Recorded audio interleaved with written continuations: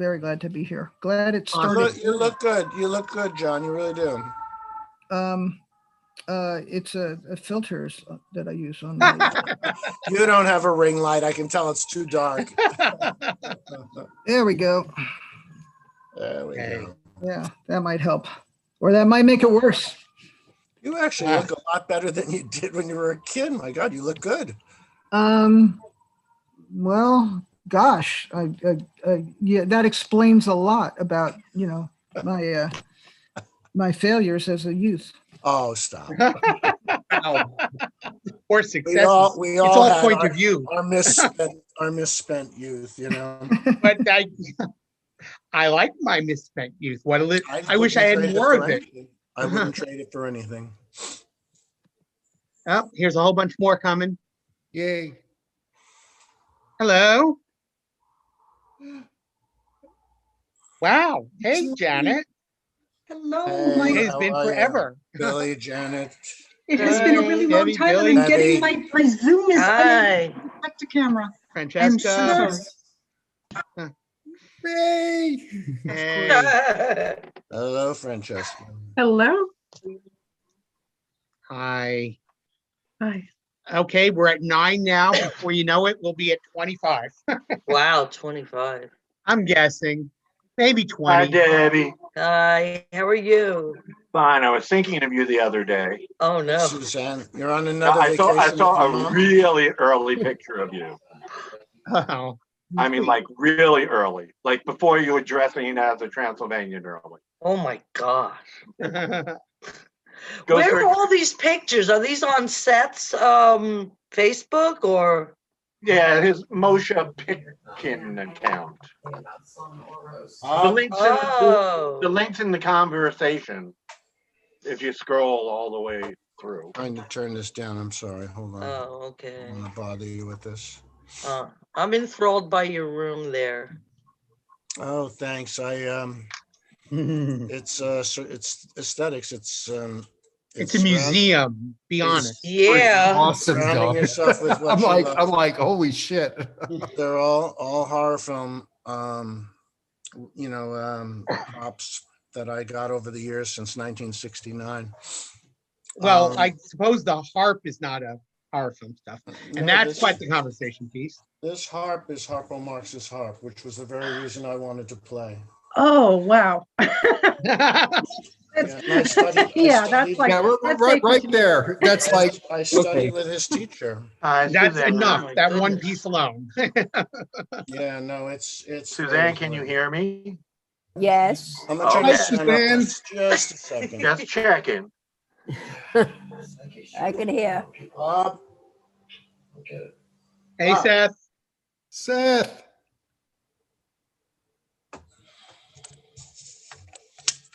He's connecting to audio still.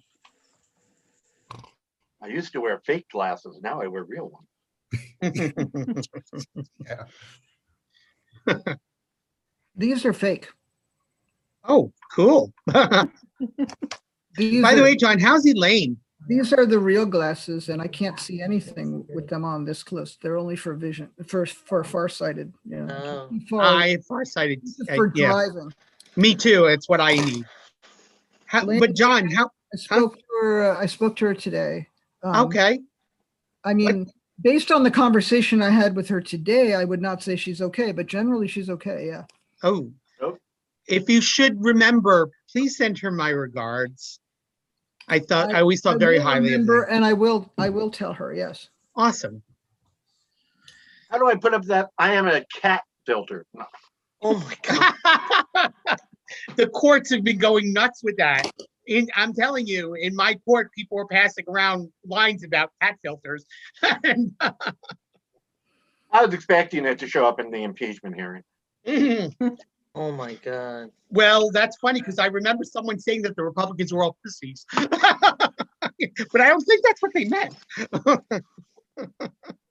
Well, my cat's looking very here. beatnik. Any moment. They're in the room. Hi. Doug's like bongos right now. Okay, by the way, that will be my last political comment. Sorry. No, I'll just tell you the only thing in hindsight, the only thing we can Hey. hope for is that Hi, Shal. convicts him in the civil suit, and then he will have a felony. Even if he doesn't go to jail, he won't be able to run again. Well, I'm very glad Howie's not here yet. That's all I can say. Oh, God. Well, you know, New York's gonna hang him out to dry. Oh, yeah. Oh, So and they're Listen Georgia. too much. waiting. Georgia. They're already looking into all of his properties. Yeah. Oh, yeah.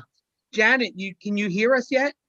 I can hear you, but I'm trying to get Benny, my camera to work and it is just not working. I tried Thank signing up and back and it's just not going. Is it the camera or is it Sammy. what? Hi, Sammy.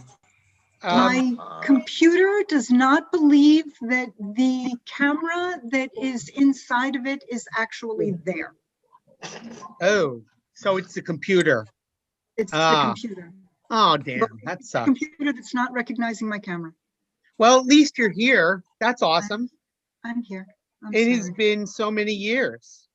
Yes, it has. Something like 40. A little more, but let's not go there.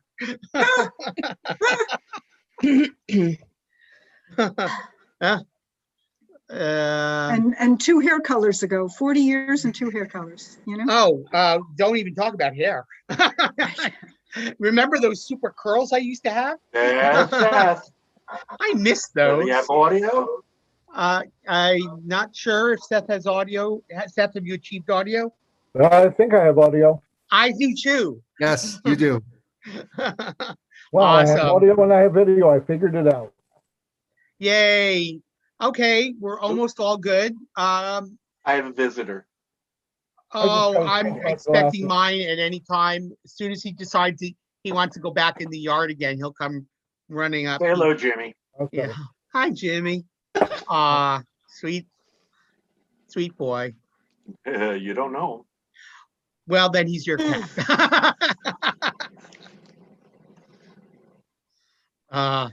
Look, Sammy's the cat. All right. I love you So- too. I love So that. guys, while we're waiting for more people to arrive to really begin, we might as well have some lovely small talk. And so I'm just want to tell you, I'm planning to retire by next January from the courts. I'm so excited. Puzzle Tub. That's great. Here's a cool story. I've been planning that when I retire, I want to do 3 things. 1, get myself in really amazing shape again. And 2, I want to travel. I picked out like a list of countries. I want to go to all of them for 1 to 3 months in peace, come back home, then go to another place. Like every winter, I should have some fun place to go. My first one is Uruguay because I You hear gonna that find a new husband there? now we're see. I hear in Uruguay, it is like the California of South America. The cliche is 98% of the men are gay or bi. I'm thinking that sounds like fun. You're So Mark, you go Uruguay and I'll go mine. Anyway, well, anyway, I'm Oh. so happy that like we broke down and went to Europe before all this shit happened. I did a 4-month backpack trip for Europe and Israel when I was younger. Took off by myself. But anyway, so check this out. My real big thing is I want to get back into the writing comic books. Hey, Joel. So I want to, because most of you probably know I have a story published at Marvel Comics. It's in a Spider-Man book. Hey, Joel. Hi, Joel. oh, there she is. Hey, Jewel. So anyway, I really feel like I've done. You're all muted. Jewel? Yeah, you're muted. Oh, I'm starting to see you, Michelle. How are you? Oh, hi, I'm fine. How are you? I'm okay. Well, anyway, so like, I feel There that she is. you're good. You're good. Hey. So anyway, I've always wanted to be a full-time writer. And like, for me, it's like a spiritual thing. Like a writer is a storyteller, which is a healer. And I was once an apprentice to this amazing tribal healer. And I'm very I used to run natural healing retreats. So for me, I made the choice that I want to be a healer. And what my mentor told me is, you're not an Indian, don't try to be one. Find out what that means to you. And what I've decided is I'm a social activist who wants to make the world better, and I'm a storyteller. So I spent all these years doing all this like political, social, LGBT activist stuff. and it was really great. But now I feel like I want to write. I have all these things I want to talk about, a lot of futurist stuff, a lot of really, I think, cool shit. So I'm like, in the last couple of weeks, it looks very real that I'm going to get to retire, maybe even a little sooner. So just by, and I'm really feeling it. I'm getting so excited to get into writing. And what happens, I did DNA testing and the results came back. And have any of you heard of Neil Gaiman? Yes. Yeah. Of course. Of course. Love him. About Coraline, Sandman, American Mhm. Gods. Mhm. We're fifth cousins. And I wrote to him and he wrote back. Oh, And he's like, wow, we sound like we have parallel lives. How cool. That's weird, Mark, because Neil and I have a mutual friend in Harlan Ellison. Oh, yeah, of course. That makes sense. Hey, Yeah. Mark, Yeah. But I'll tell you, I told him this is like a sign from the universe. Yes, Mark, you're supposed to write now. And I said, one day we'll get to meet and I'll come up to you and say, hi, I'm your cousin. And you'll know I'm not crazy. So, speaking of How cousins, cool. have you ever heard of John Bogdanov, the penciler? of course, That's you're my cousin. related? He's my cousin. No Yeah. kidding. No, he's put me in a bunch of comic books too. So if you need the connection, let me know. I would love that connection. That's very cool. Yes, Hey, family helps family. 100%. We I- all know it's not what you know, it's who you know. Oh, well, that makes a huge difference. Yes, no doubt. So I'm, it's all great, right? So one day I hope you guys will get to read something of mine, go, oh, we love it. Yay, Mark, and who knows? I'm sure you'll all be in a scene somewhere in something because Rocky is a big part of it for me. Huh? Yes, you did. No We question. knew him when. Yes. On the You've all seen me. Italian side. Yeah. Oh, I'm sorry. Go ahead. Go ahead. I was just gonna say you've seen me in some of my most embarrassing moments in life. So yeah, yay. On the Italian side, with my grandfather, we're related to Tony Bennett. And Oh, wow. on my dad's side, the Scottish side, we're related. And I never figured out how close they must be to Charlton Heston and Sean Connery. Wow. Well, Sean Connery is very cool. Charlton Heston's cool. Charlton Heston was a big gun guy. I never really cared for him very much. Yeah. But Planet of the Apes. So would anyone else care to share what they're up to? Just because, some of us have not caught up in forever. Anyone? Hello? Shit together. I'm hearing something. Kind of a semi-commercial radio song in the early 90s. And I was able to tour America a number of times and Europe once or twice. And around 2015, I finally got to go to New Zealand where that song was a #1 single. But in the mid 90s, I got dropped from the label I was on and I went to law school. And now I work at a big law firm as an analyst, but I still perform and record from time to time. And I write, I was set a task in October to post a poem on Facebook, 1 poem a day for 8 days. And I decided that I would write the poems and I posted them each day. And then I just kept going. So I've been doing that since October, just writing at least 1 poem a day, posting it on Facebook.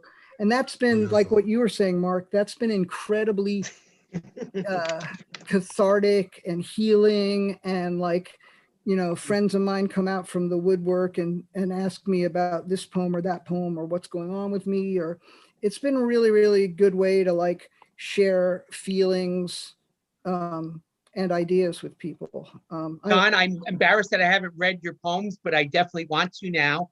I mean, most of them are shit, but every now and then. that's not true. I read almost all of them. That's not true. All right. We are the worst critics we have. Come on. Yeah. Well, I'm usually suspicious of people who think they're geniuses. So, I mean, depends. Kerouac said you're a genius all the time, but he was saying you're a genius all the time, not I'm a genius all the time. So I hear, yeah.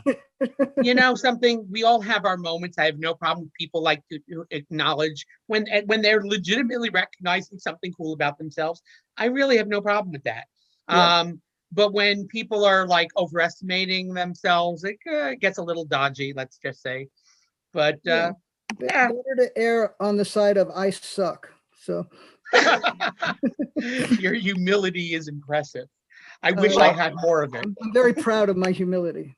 I'm Let's a not great boast. photo restorer, and now I'm going to stick to that story. I love my job. I love my work. Me too. Yeah, I'm sort of lying here. Oh my God. Well, I'm how right about And I have 7 more years to retire. how about back to Stonewall though? It's a hobby. It's nothing. It's a hobby.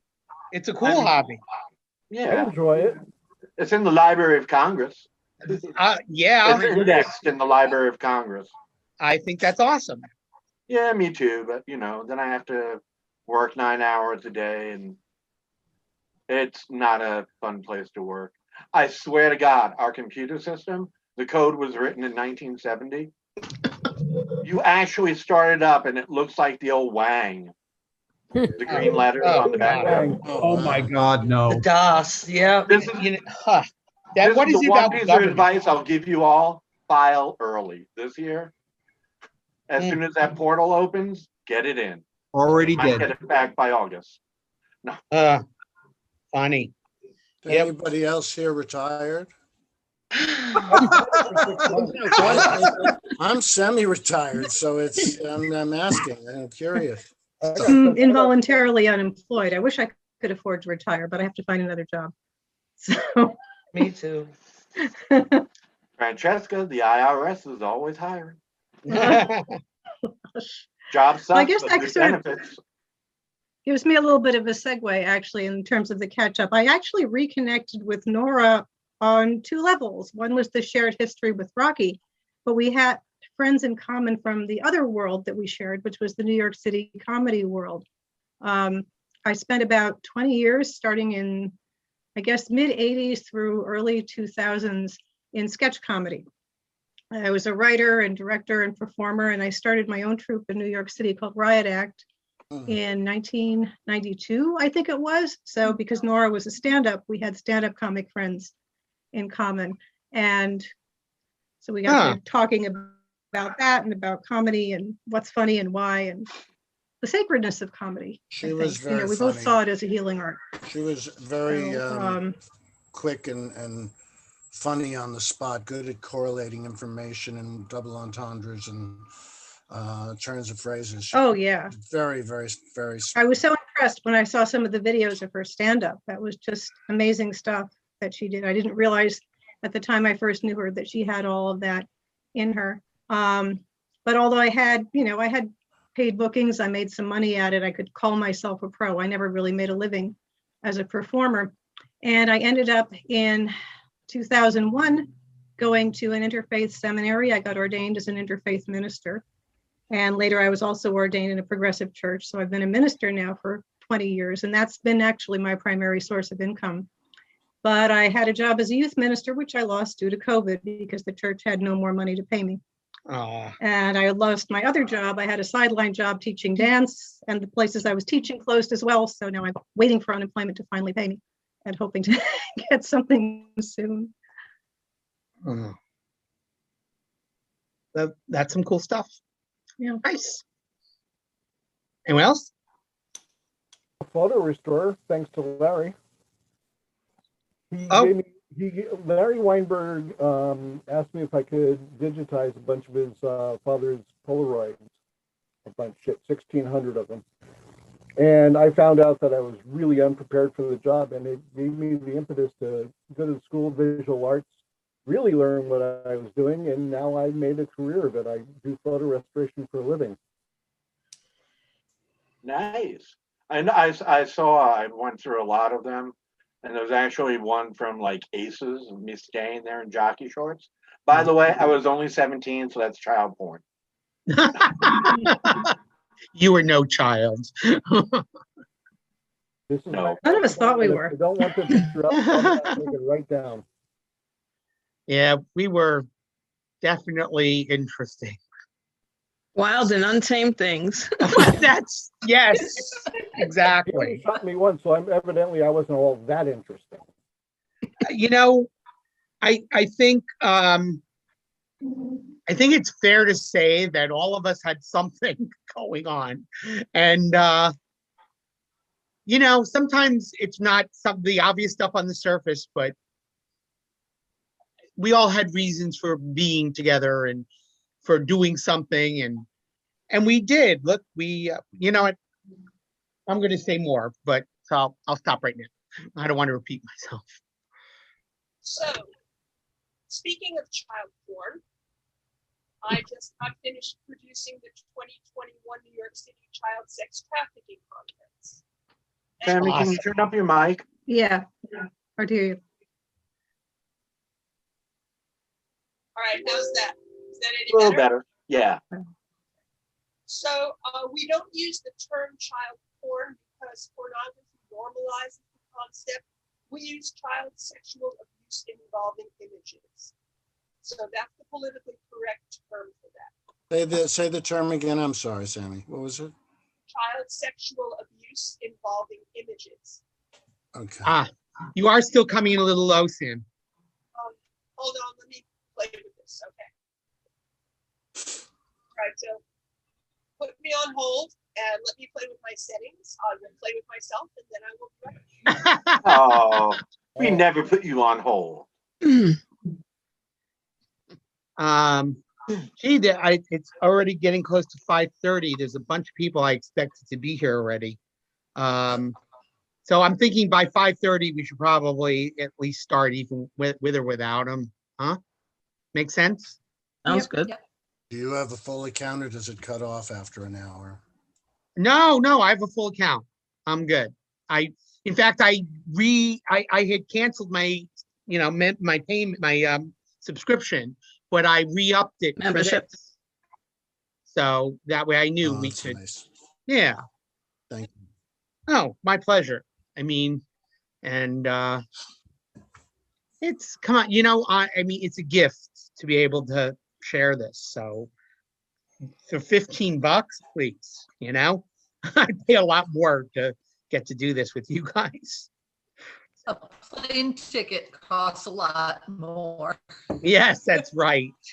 And yet, despite that, I hope you'll do one of those, because one of these days we need to have an actual together party. I'm volunteering my house. Right by the beach. I have a yard. I have a third floor terrace. We could hang out all day. I even have my third floor room is like a guest room, so I can have a few. That's Michelle's room, Mark. That's Michelle's room. Funny. That's an in joke. But anyway, so one of these days we have to have like a real hangout party with some great food, and trust me, you never go hungry at my house. Oh, yeah. It's true. Everybody has to have their COVID shot first. Say that again.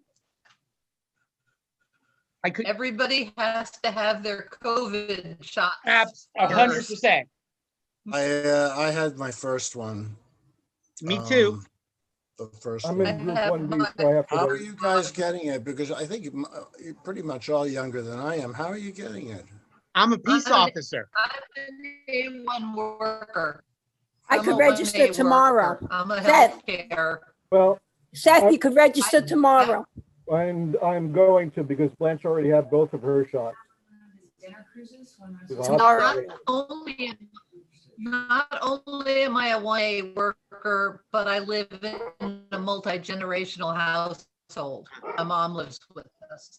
Right. So my mom and us and my 7.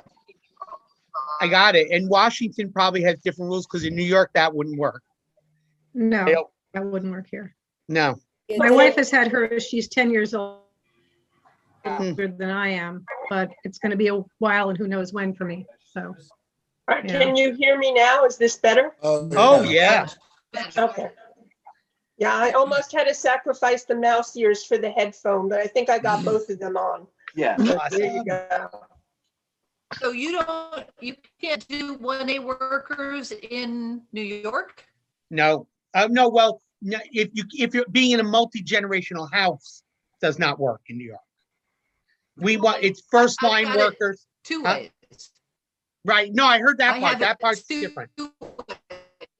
Yeah, by the way, you're breaking up on audio. Now you're breaking up on video, Call Joel. stayed.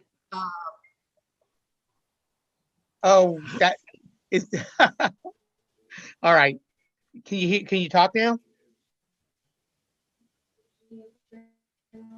Me? Yeah. It's so, Jewel, it's very hard to, I don't hear. Here Not I speaking. am. Yeah, that's better. Awesome. We're still waiting on one seat to open here. They're only What I doing said was 70 and above, and teachers.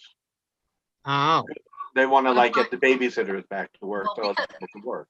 I'm a healthcare. Oh, well, I'm a teacher. Don't be Oh, little. I know, but I'm definite. You know, kids are the most germ-carrying things ever. To even send them to school with only the teachers vaccinated does not mean that it's not going to cross-contaminate other households. So I think it's really bad to send them back right now. As a former Santa Claus, I can tell you, yeah, they're germy as hell. Oh, yeah. I used to teach preschool, and I actually wrote a song for them about how to keep your germs to yourself. My own nose is my own nose, and only I can blow. And so on and so forth. Where were you in 1978? We could have used that song at 8th Street. Yeah, I have a friend who's yeah, into, actually we could have. And I was at 8th Street, but I wasn't thinking about writing songs like that at that point. you know the term filking, yeah? I have a friend who's like lives to go to conventions, science fiction conventions, etc., and very into writing these songs. Ah, yeah, right, honey. Of course. So Yeah. that just sounded like the perfect filking song. Yeah. I've Well, it was done- like the song that never ends because it just was a few words over and over and over again. But little kids like that. I've done some horror conventions and everything, but they've gotten outrageously pricey. They like have. in the past 2-3 years.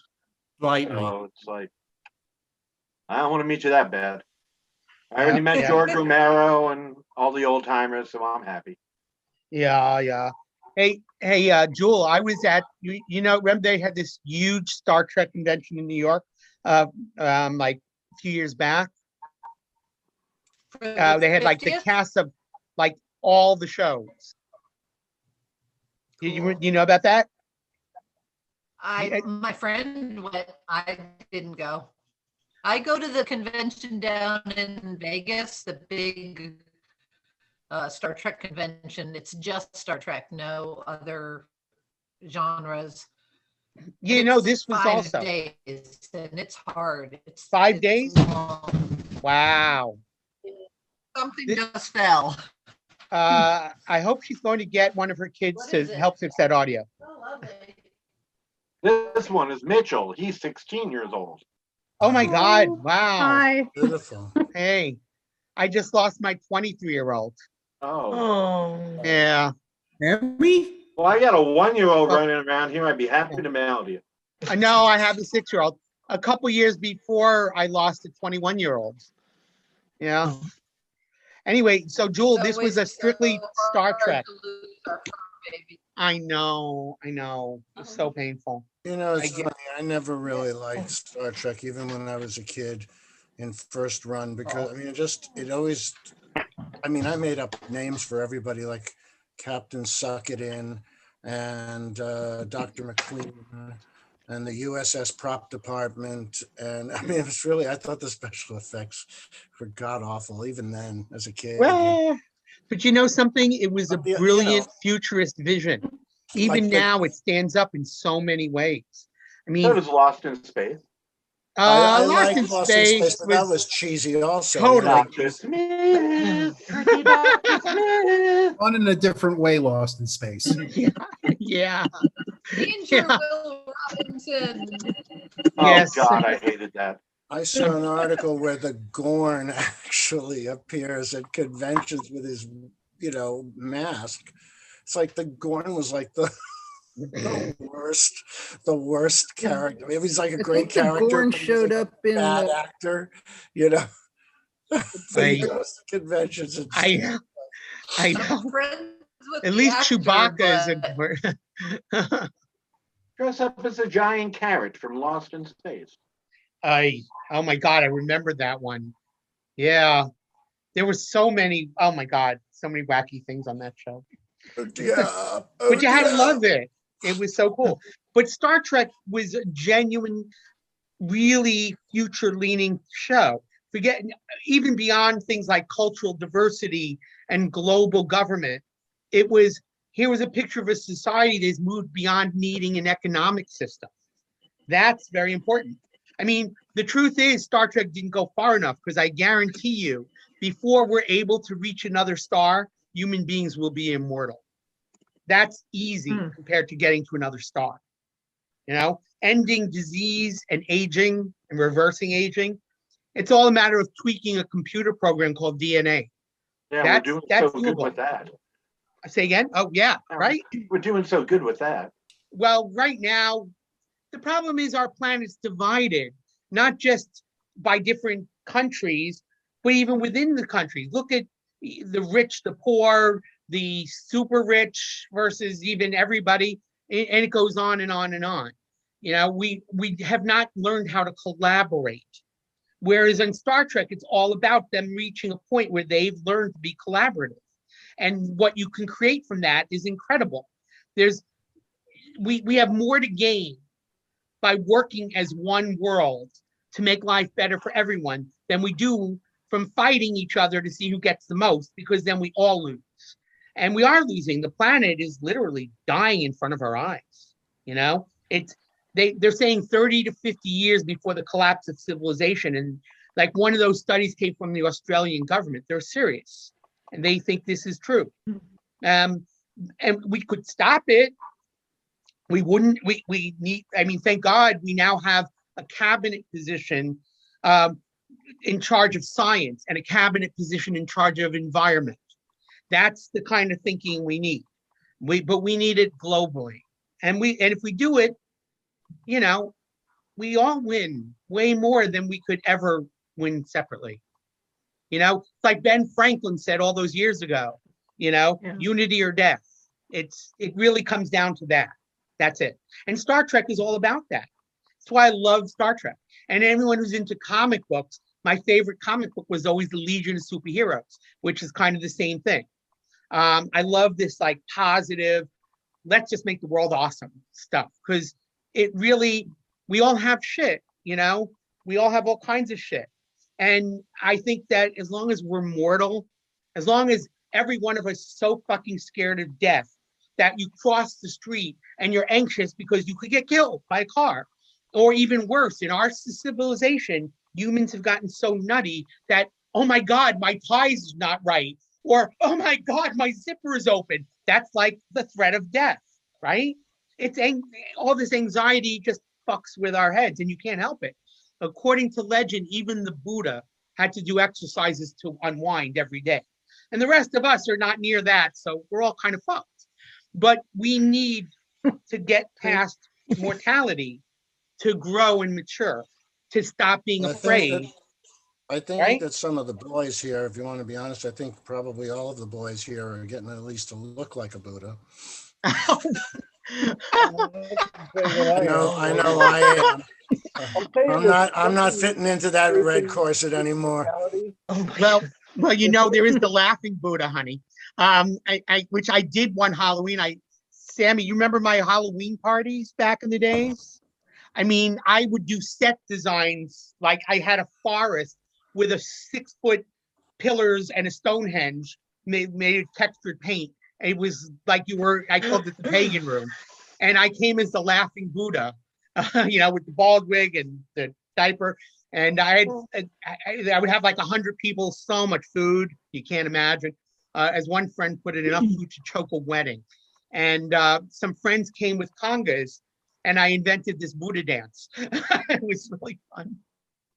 So, I don't know. I always like those stories. I'm not so much afraid of it as I am pissed. You're Pissed at what? Yeah. Because I had so much more to do, and it's all getting cut short. And not only that, my favorite part of my body is the one that's actually going first. I'm not even going to know when I go. It's pretty fucking horrible. It is. No question. No question.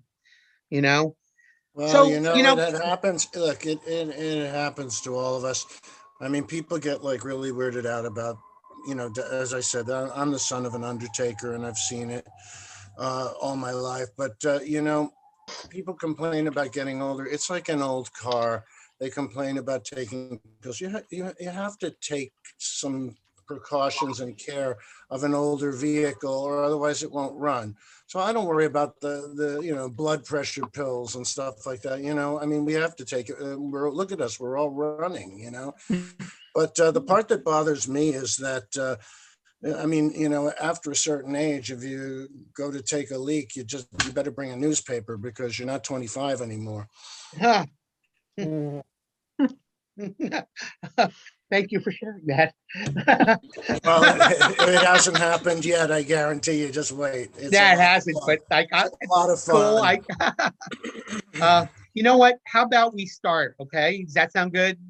Because I don't know where everyone else is, but they come or they don't. Okay. I'll make up again. So, okay. 1 second, Jewel. You let me wait for Jewel to get back. But my thought. Oh, Jewel. Are we good? Yes, Jewel. Okay, good. Yeah, we go. All right.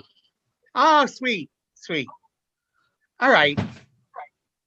So, if I may, since I'm obviously the biggest talker anyway, I wanted to just say a couple things in general and then say my opening piece. Put that down, Michelle. Hold on. We're getting to that in a moment. I promise. I'm waiting all this time, so I can wait a few more minutes. All right. I'll be right back. I need something to drink. Hey, I had to refill mine. Oh, I'm good. I drank water before, but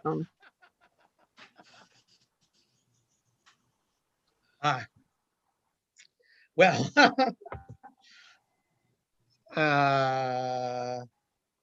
I guess we should definitely wait for Seth to come back. Mm-hmm. Oh, cool. And I only see 9 boxes on my screen. Do we have more? Is there a way to see everybody? There's 13. Yes, there should be. All right, so go to view on your upper right, and you should have options there. Okay, I live in a virtual world. I spend all my meetings on Teams or WebEx or Zoom. There's multiple platforms. I literally sit at the computer and jump from platform to platform all day long. Condolences. That sounds like a rough way to live. Do you see it, Jewel? But that sounds like too much. You know what? Actually, I think that's rather negative of you, because I think it's amazing doing the work virtually. In January for my conference, I trained 3,138 professionals across the United States. And very impressive. Done that. I usually train about 700 in January with all of my January is National Human Trafficking Prevention Month events. So I think that the virtual concept is amazing. Yes. And look at, thank God we have it, because with COVID, hell, we needed this, And this is the future, I agree. It's the only way we can be together with each other.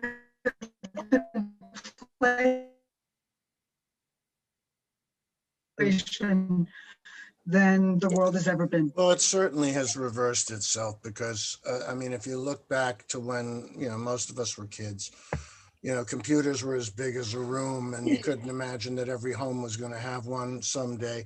And then it happened. And what was supposed to And your facilitate phone was communication, connected to the wall.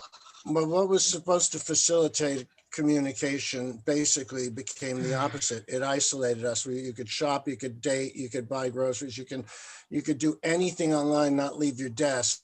So we became isolated. So actually Zoom has reversed that process again, because now you can interact and have some intimacy, which we none of us had. We were all cut off from everything. And how would we get Will and Joyce with us? If we were to have a reunion, do you think that they could just drop their jobs and jump on planes if we were not in a COVID environment? Yes, because they love us. Well, I mean, Any excuse to get out of work. We could plan for next year. But the point is that they couldn't just be here on a dime's notice. Mark says, let's have a Zoom, okay? Let's honor Nora. We can all be together. So there's nothing wrong with this. Not at all. It's actually been an improvement. It's great. I haven't been in the office since last February. Ew, Me too, lucky March. you. But I have 2 laptops, 3 monitors here. I'm all war gamed out. All right. I know John has to leave in about 17 minutes. So I'm going to suggest we start now. Okay. We're all here. All good? Yeah. Okay. Woo. All right. So this is what I would like to do for starters. I'm going to talk a little bit, and then each of us just take a shot at saying whatever you want to say about Nora, and let's delight in our beloved friend. So the first thing I want to say is I just want to acknowledge how important it is that we are here like this, doing this. Because we have known each other for over 40 damn years, and we did so many cool things together. And let's be honest, we created a unique community. I mean, we were such extreme personalities in some cases. So some people who, were wild and fascinating, but wouldn't necessarily fit in the standard, let's hang out with our friends and play baseball mode, that was not us. We were very creative, interesting, or alternative, or whatever you want to say. And, what we did, in reality, we created our own little subculture that was not only awesome for all of us, but we had fucking hundreds of people lining up every Friday and Saturday to see us. That's just insane that we managed to do something so fucking cool and interesting. That look at that. That's incredible. And how much fun. And we bonded. We spent all this time together. We saw each other's shit. We saw each other's awesome stuff. Honestly, that's what makes people family.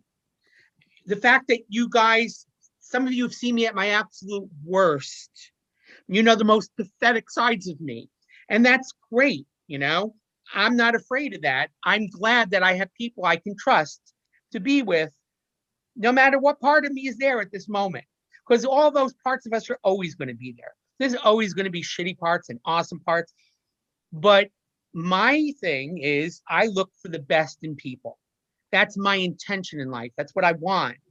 And that's what matters the most, because like in Star Trek, we're looking to create a great world, not a shit world. So to create a great world, we all need to put the most positive shit in it we can. Not ignoring all the other stuff, but embracing and saying, yeah, well, okay, so we're a little fucked up. Who cares? That's my attitude. And the fact that I can do that with you guys is precious, absolutely precious. I get that, because I have people from my whole life, and I don't like to lose people, because that's all we really have. I don't give a shit about money. I did not spend my life trying to make lots of money. I tried to make the world better. and I, including my little world. And so you all matter to me more than anything. And my favorite quote from The Little Prince, which I've put online and you've probably all seen it, it's the time we waste together that makes us friends. One of the most profound truths I've ever read. We just by physically being together, we're shaping each other, we're reacting to each other, responding to each other, growing, smacking each other in the face sometimes, whatever the hell it is, it's fine. That's what makes us and builds us. So I applaud that. I'm so happy to be here with all of you. And in the spirit of that, we're here to remember someone we absolutely loved, our friend Nora. Nora Bubbles, which is just such a perfect description of her. She was so full of life. She was just so vibrant, fun. You just loved her. She made the best, you know? Like all of us, she had her shit too. We all did. But man, Nora was good at making you feel great and having a blast. She was fun. My little sister, Jennifer, thought of Nora as a big sister, excuse me. I'm her big brother. But she would go, some of you may remember, she came to Rocky and did Brad Floor show a couple of times, and she was friends with Elaine. And she went and slept over at their house and just was blown away at how like Nora was like, oh, here, try on this hat. Oh my God, here's the outfit. They would have an amazing time. She adored Nora. One of our friends who couldn't be here today asked me to share a little story. Michelle Kablinsky Beach one time brought her mother to Rocky. Just so you know, Michelle's daughter is in the hospital right now. It's not a good time for her. Anyway, her mother, Ruth, was this wild body woman who, like, I could tell you just awesome stories about. And kind of, both our mothers reminded us of each other's mother, let's just say. A lot of fun, but wow, what a mouth funner. So here's Michelle bringing her mother down to Rocky. And who comes over but Nora? And then she plops herself down on Ruth's lap, pulls her shirt down so her nipple sticks through the hole, and declares, "Hi, I'm Nora." And and that is, I mean, only Ruth could have been like, okay. And that was her most beloved memory of Nora. So she asked me to share that. I have so many. I'm so sad. I knew it was coming. It was obvious, but you know, you just losing somebody like that, it's just heartbreaking. And I know we all feel it. And I'm glad that we're here to honor her. And I wish she were here because she'd be making jokes about it. And it would be fun. And that's exactly right. That's how it should be. God bless her. So first, I'm going to say a toast. No toast. No toast. Just my drink. To absent friends. To absent friends. Absent friends. Cannibalism. And rust. I think we were all guilty of cannibalism, metaphorically speaking. Yeah, eat me. But anyway, I'm glad to honor Nora's memory here. And I'm glad I got to see her in the years before her departure. And I'm glad I got to chat with her. And I'm glad she knew that I loved her. And that's what matters, because that's all we have in life is our people. The rest is just window dressing, you know? It's nice. I have a house, great, I love it, but it could be gone in a second, you know? But my people, that's what matters. That's what keeps me grounded and sane. And, you know, all the years I could have been like, you know, I'm giving up. But then there's all your people and you don't. You keep going. So thank you all for being my people. And that, I relinquish the floor. Who would like to say something? I'll just Michelle. say one thing quickly. Oh, I'm sorry. Oh, Go ahead. no, that's okay. This is not directly to Nora, but it reminded me so much of Nora. My cousin posted, shared a saying on Facebook, and when I read it, Nora's name just popped into my head. Excuse me a moment. It says, to be honest, my goal is really to have a positive impact on everyone I meet, whether it's a smile, a laugh, or a changed heart. And that to me epitomizes Nora. I agree. Everybody. I agree. That does. Down to the end. Down to the very end. Doug, you wanted to say something? Just something quick. Nora always had a habit of, whenever, the flavor of the month was in terms of films that they were showing. I remember my absolute favorite one was when they were playing Rock and Roll High School. Yes. And she dressed as That was my favorite. I have Loved a picture it. of it. She looked just, I have a photo of it. She looked just like it. She was just making all the faces and everything. She was hysterical, really hysterical. So that's all for me. Oh. I feel the love. John, do you want to say anything? Aren't you leaving soon? I am sorry that I have to go. It's really nice seeing all of you. The story that came to mind was she once gave me a hat because, I still do usually wear hats outside. And I think it was either one of hers or she found it in a thrift store, and she wrote this really nice note. I don't remember everything she said, but she said, that the hat was, she said it's old and worn, but then again, so are you, which, she's a beautiful human being. I will miss her terribly. But it's nice that, it's really nice that we're getting together to talk about her. And this is being recorded. Would I be able to watch the rest of this later? Yes. Yes. That's awesome. I'm really, really glad to hear that. So you'll send me a link to it later. And absolutely. I really Yes. appreciate it. Well, thank you so my much pleasure. for organizing. Good to see you, It's really John. fantastic. That is John, my it's honor good to as see well as you. my pleasure.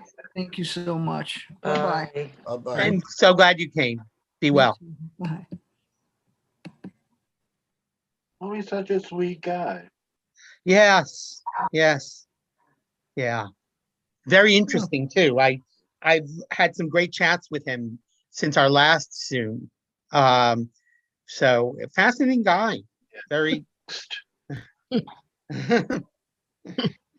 Nora and I actually. Yours, Billy. Okay, Nora. All right.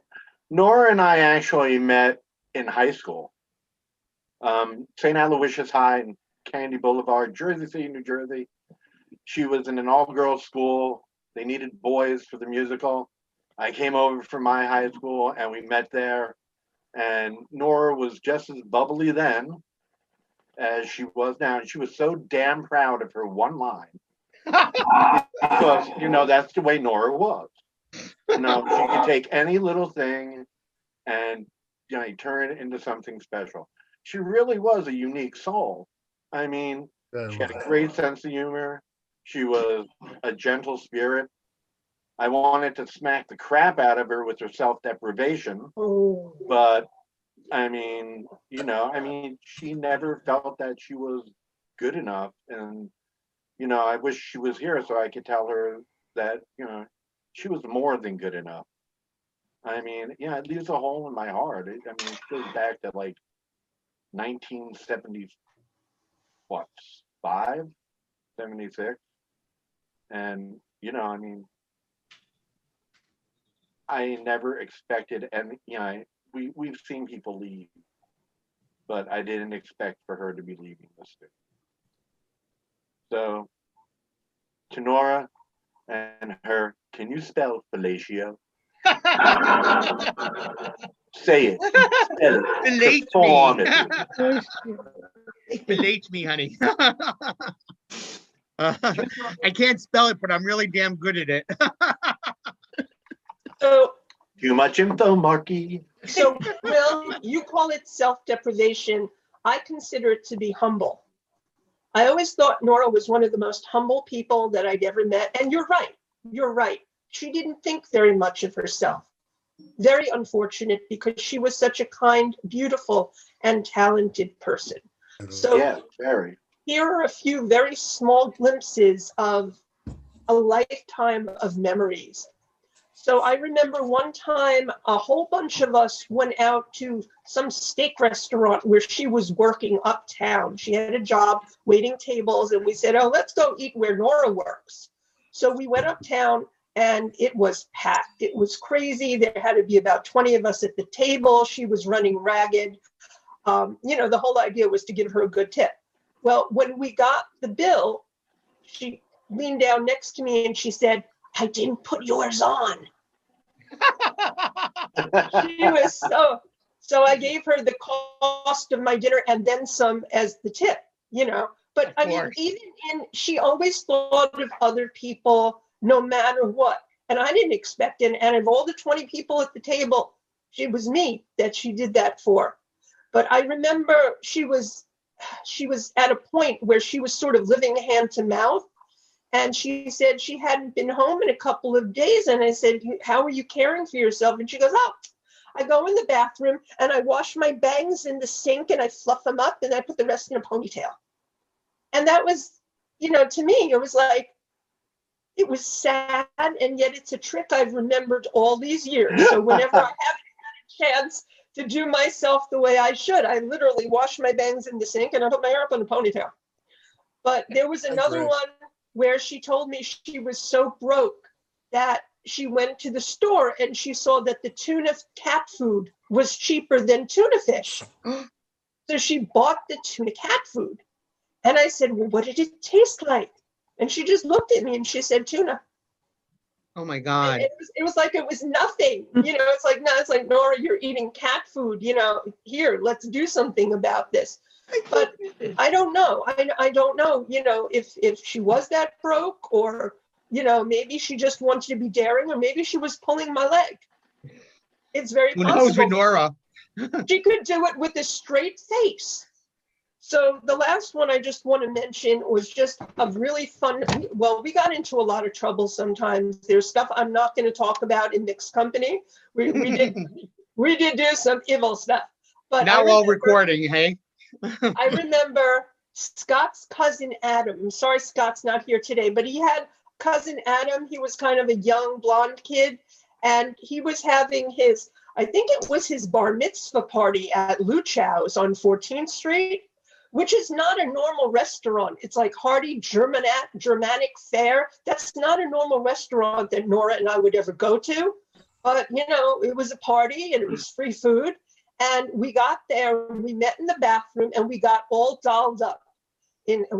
I brought a whole bunch of my vintage outfits and I even let her wear my favorite dress, which is the one with the little balls that hang. And we came out looking like 1920s flappers. And it was just so cool that she understood my need to express myself this way and she enjoyed it. She had so much joy of life in getting dressed up like a flapper and seeing how happy I was that she was doing it with me. And that's Nora. That's the way she was. She loved to make other people happy. And she would pull off bits of herself that sort of matched that person. And she was magical to all of us, but she was different with all of us because she really saw to our needs. So if I needed to be a flapper, she wanted to be a flapper with me. So another time I'll tell you the dirty stories, okay? Nora. PM me. And by the way, this is little Hammy. He likes to be in the middle of everything. He's my boy. I'll be right back, guys. Need more. I wonder if you took a newspaper. Oh, whoa, Hammy! No, don't like bounce me from the computer again. He does this. He'll walk right on the laptop, and the next thing you know, my internet access is gone. That's their job. But he wants to be in the middle of everything. All right. Hey, Greg, how are you? I miss Sandalinos. Oh, Can you talk, Greg? Me? Your audio is not on. My audio's not on? Yeah, Oh, we hear You should have an audio. Where's the audio thing? Oops, don't knock over my wine, honey boy. Muted. He's not muted. Ooh. Debbie's Greg, muted. do you see the mute thing in the Greg's far corner? I see the On the bottom? thing. Bottom left. Yeah. No, Is his a mute audio's thing. on. Go to that, He's click on not that. muted. It should be on the bottom left. And see if you can unmute yourself. He's not muted. Who's muted? Muted. Greg's not Oh, wait a muted. second. No. Now I can't hear you. Is anyone able to talk? Yes. That's you. Something is You are happening, Sam. and this may be me. Yeah. Hello, Oh, Greg. ba-dum-bum. Greg, you're Hold fine. on. Speaking of old pictures, which I was before, Jules.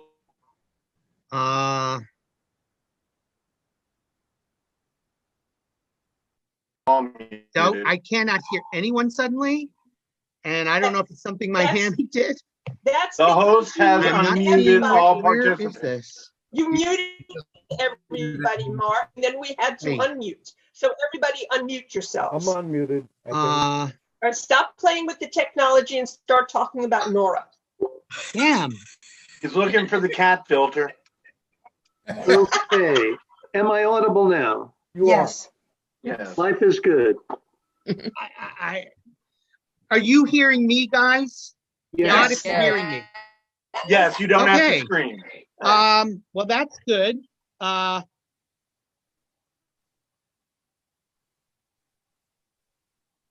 somebody volunteered. Oh, okay, good. I got it back. Yay. And Lily says she's here, but I don't see her. Wait, there's Who? Lilius Where? and hold on.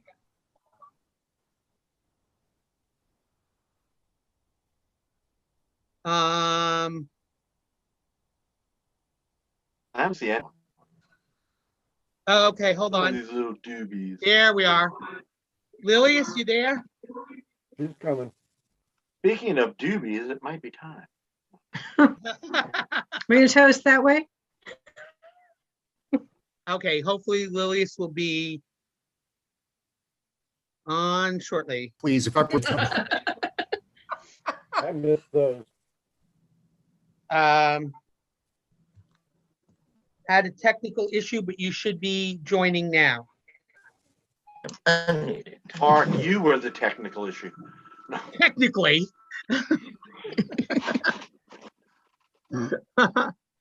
But she's kind of there. I mean, you see her icon, right? Or not icon, but it says her name at least. So That's because she has to turn on her camera. Yes. Assuming so she can she's turn on her halfway camera. on. Let's say. She's here, but she needs to turn on her camera and her audio. She's here in spirit anyway. Someone type her message and say that in case you can't hear us. I did. That's what I was. You heard me. I was speaking into my phone. And somebody tell Doug that he's muted. I don't know who you were speaking to. No. Probably someone named Alejandro. Somebody tell Douglas he's muted. Alejandro sounds like fun. Doug is muted. Okay, now he is. All right. Now he's not.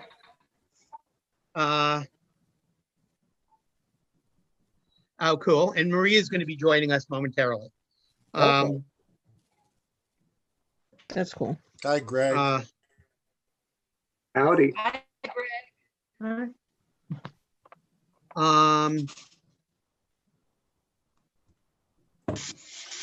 It's still. Lilius, I don't know if you can hear me. It came in twice that you're joining as if you came from two different places, and I don't know what it is. I would recommend closing it out and coming back in. Maybe that'll work. And notice that there's two buttons to click to get the video and the audio. Yes, when you come in, you have to click the audio, the video okay first. And then once you're in, you can do the audio. But I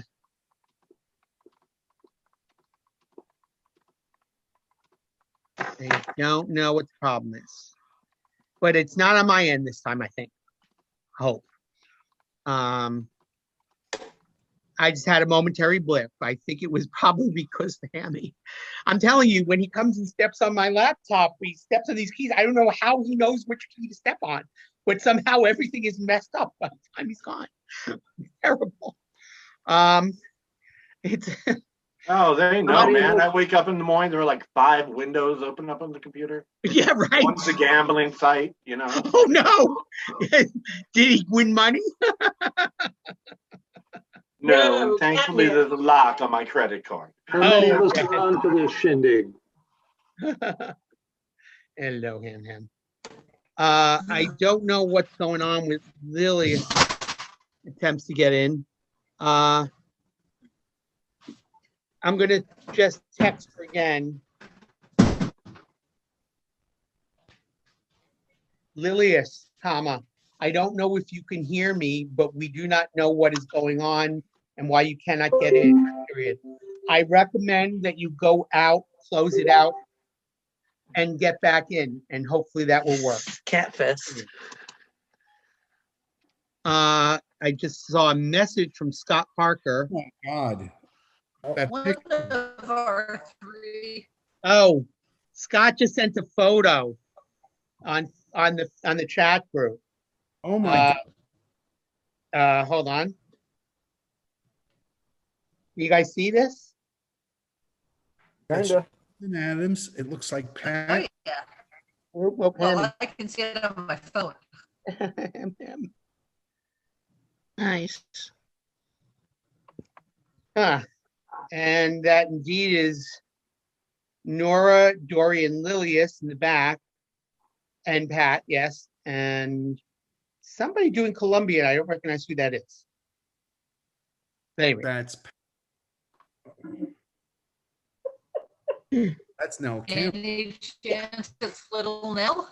That's Little Nell and Pat. no Quinn. way. That's little Nell there. Oh my God. Oh, Nothing That's added. awesome. Left. Holy Awesome. Little who? I don't know what's going on with Lilius's thing. It sucks. I remember walking up the street from the spike at 2:00 in the morning, Oh my drunk out of my God. mind with like Patricia Quinn and Little Nell. They're Mhm. blitzed out of their mind. I'm like, we're reciting Shakespeare. Walking up Oh, like no. 21st Street at 2 Oh, in the wow. morning. That's awesome. I remember licking little Nell's ankle. Why not? Okay. Actually, that was at a where was that? Concert or something? She was there with her boyfriend who was from Squeeze. Okay.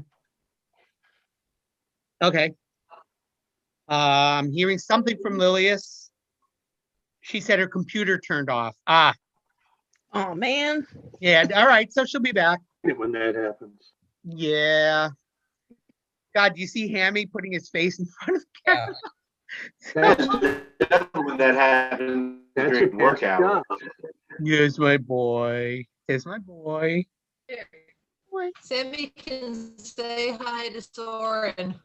Oh, hi. Hi. Panish. Oh, look at that face. 3. My internet connection is unstable. Like me. Oh, really? Oh, boy. So we're half Mine butts. can- This is Hammy. Hey, Ham. See, can you Well, I see him just got a sticking his message tongue telling out? me my internet was unstable. Do you see Hammy's tongue sticking out? He does this whenever he's happy. Exactly. That's right, Jewel. We call it the Hammy tongue. I have like all these pictures of him. He's so photogenic. And it's like he really likes to be in pictures. Funny. I have some if I can great find videos the of him other too. ones. He likes playing in the snow and stuff. Well, anyway, I guess I want to wait for Lily to Mitchell, get back my on, but 16-year-old. you know, Mitchell, why my don't we? 16-year-old likes to wake me up at 3:30 in the morning to give him food. He actually stands next to my head and smacks me. Oh well, we would all do that if we could, Billy. Bitch. I mean, This one's my can I say that out loud? You did. See, I resemble that comment. Remember, the only difference between bitch and butch is you and I. Whoa. Oh, bang, zoom. All right. So anyway, why don't we move along and someone else want to take the floor and give a little testimonial for our dear Nora, Or take the screen. so to speak. No, Highlighted, Greg. Greg. What? You were highlighted. Yep, Greg. We've been Was? taking turns, Greg. It's your Yeah. turn. It's my turn. Or whoever, when you feel comfortable. Okay, I'm Please, I comfortable. got him. Let's not rock the boat. Feeling comfortable. So who's this about again? What's this for? Some girl used to run Nora. around it. That's right. Nora. You remember Nora, right? Well, let's see. I think the people that go furthest back with Nora would be Lilius and I and probably Billy. Billy already said yes, high school. Yep. Yes. And Nora had this amazing ability to make an awful situation seem fine. She had a way of there being a dire situation and having her look in the face of it and make it and crack a joke and make people laugh. And let's see. It was a really fun time for all of us, I think, because back then we were all getting together to do rhinestone and sequin parties and all of that sort of thing. So it was actually a lifestyle. It was actually a lifestyle back in like 77, 78. We go over each other's houses and have sewing parties. Right? And get together to listen to Dr. Demento. And the reason we wound up at 8 is because our floor show costumes were the best around. Not all the other costumes, just our floor show costumes. Because the Waverly cast never really got down to it to have a really, spot on floor show. And so when Sal found about it through Lilius, he said, "Oh, well, come over then for the opening night in 8th Street and you can do the floor show." But once we did the floor show, nobody wanted to leave. So I think we had a few more visits at the Oritani Theater in Hackensack. And just as sort of cleaning things up, and then it was 8th Street all the way. Nora, wow. Living with her was never boring. No, it really never was. She could take the simplest moment and turn it into something. And in fact, if anything, it was hard to get her to be serious. Because she always made fun of things all the time. It was saying, but wait a minute, I'm really trying to make a point about something that's serious here.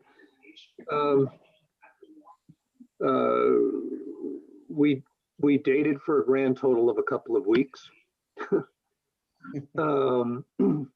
But I pined after her for a long time before that. I was like the sticky marshmallow Valentine that got stuck on her clothes, And what was nice was we got to talk about all that stuff the last time I saw her. I spent most of the day there and we pretty much covered everything. And at one Lil, you point in, I yay! said, Hey, Mazel tov. Awesome. at one point I cuddled up with her and I said, I just reminded her that I loved her. Talking about And it's baffling at this point. Shit. no, and she cried. And I don't know. Well, if you want to hear the fun stuff, you want to hear the interesting stories. I would love to hear the remember fun Nora- stuff. Okay, well, the But I'm fun glad stuff to know would that be, she felt loved. Good. Yeah. Well, we crossed paths a lot over the years. It didn't just end with Rocky Horror. So anyway, it was a rocky night. And you know that part where Nell pulls her corset down and her nipples show? Yeah, we all know And that. Nora thought it would be a great idea if she glued rhinestones all over her nipples with spirit gum.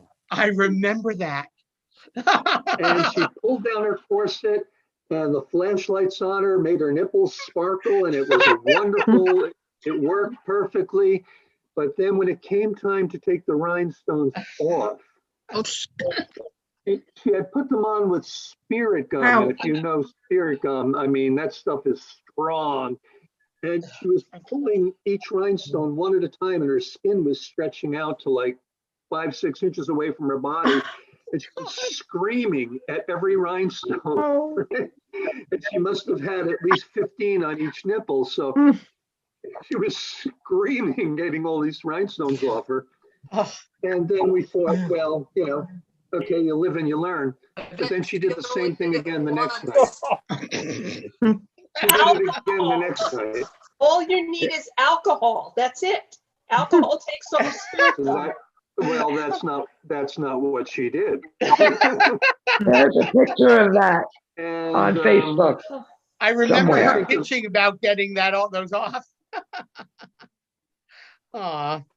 And I can remember, I used to be more or less the cab driver to drive all the Oregon home each night from 8th Street. And we had our floor show costumes on one night, and Laura was sitting in the front seat.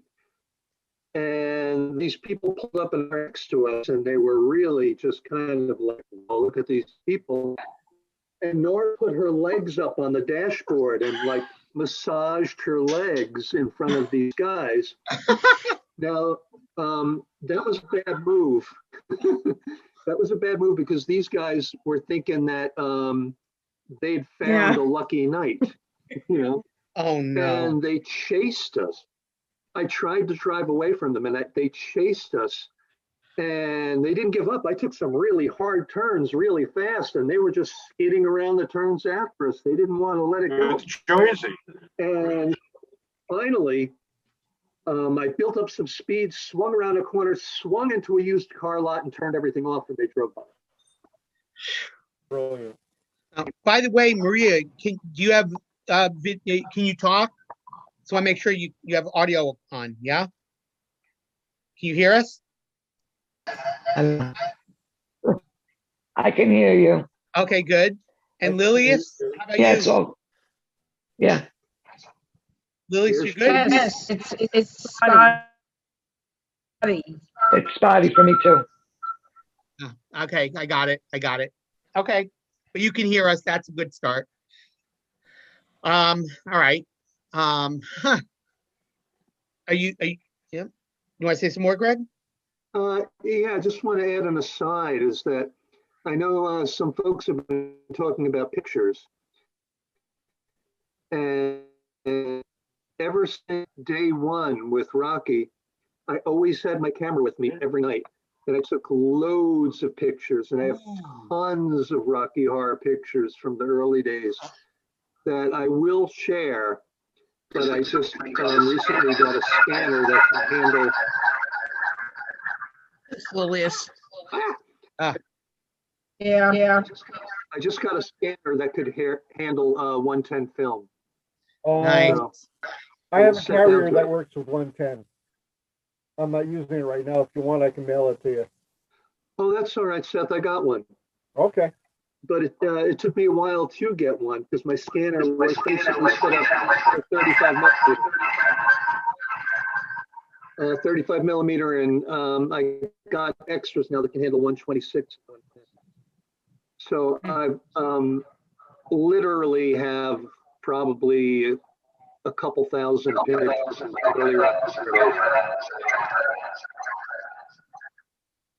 Okay, that was an interesting sound effects.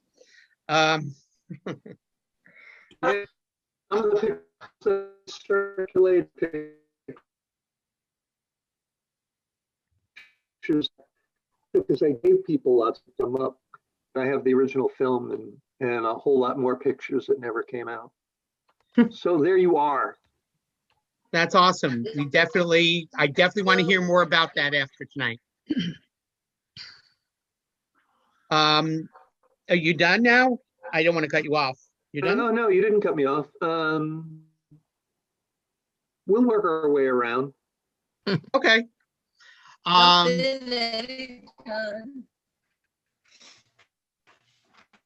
Jewel,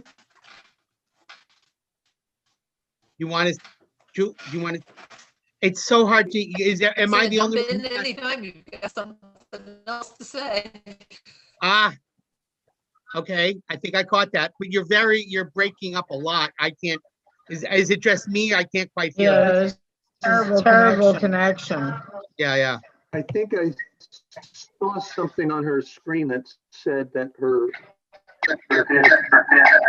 Yeah.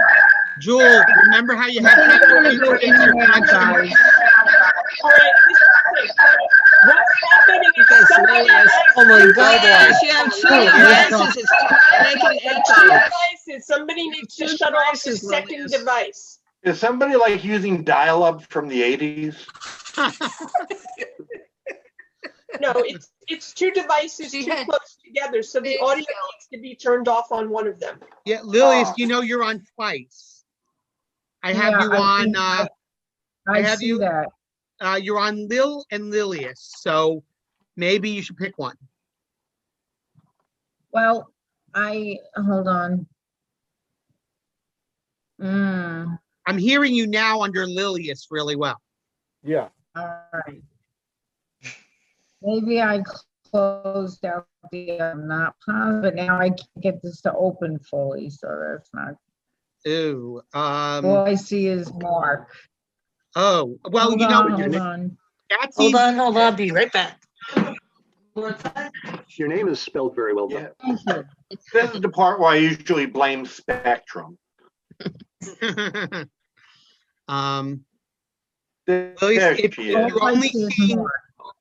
If you're only seeing one face, go up into the upper right-hand corner, click on View. And on View. Here's the Mark. You're like a little thumbnail. That's all you are. And everyone else, you can't see them? Nope. I can only see you. Okay, so go into. I can hear everybody. Hit View and click on Now Gallery. I see Billy. No, I know that, Mark. I do Zoom for work. Oh, okay. This is the most bizarre thing I've ever seen in my life. Literally. Oh. I can't open you guys. Hold on. Oh, wait, I got you. Okay, never mind. All right, I'm back. Sorry. And you sound perfect. I can hear you completely now. Great. Thank you. Now I can see my baby. All right. Hey. So Greg, I think you're done now. Am I right? You said, and we, like you said, could always pick it back up I think after. We'll go round robin and something else will come out later. Absolutely. So who would like to speak next? Well, I will, because I think I have to leave kind of soon and I don't have a lot to say. So I will be brief. I'm not sure all of you even remember me. I was one of the younger people at 8th Street. I started there when I was 14. So most of you are just a few years older than me, which was a bigger difference in those days than it is now. But Nora was, because I was one of the younger ones, Nora was just my it girl. She was my idol. She was the prettiest, the sexiest, the funniest, the most charismatic. And I admired her so much. And she was so much fun to be with, and also just seemed to have it together in a way that she probably didn't think she did. But to my 14-year-old perspective, it looked like she was just so cool and had her look and had her act and had her everything. And when we reconnected on Facebook a couple of years ago, partly because we shared experience in the comedy world, I told her that, and you all know she was very humble. We've talked about that already. So she was really, really, very, very surprised that I thought she was so glamorous and special. But we started corresponding by private message a little bit. And she told me that she told me about some of her struggles financially, and we talked about spirituality because she knew I was a minister, and she told me she missed going to church.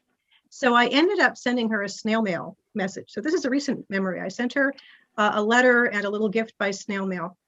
And a month or so went by, and I had no acknowledgement that she had gotten it. So I just sent her a little private message quickly and said, "Hey, Nora, did you get my mail? I told you I was going to send it." And she said, "Oh, I just found it. I just found it because my mailbox is really deep and high. I need somebody's help to get my mail out." So she had actually gotten my letter about 3 weeks after I sent it. And she said, and then I read it, and then I cried, and then I tried to write something back to you, and I couldn't think of what to say. And so I was able to reassure her that I was just very glad that she had gotten it and that it had made her feel good, and that I was just felt so blessed to have her humor in my life again, and that she knew that I was able to tell her that she had been special to me, because I don't think she really knew it at the time. So thanks for the memories, ever blessed memory. And the rising is the sun and it's going down, we remember. Amen.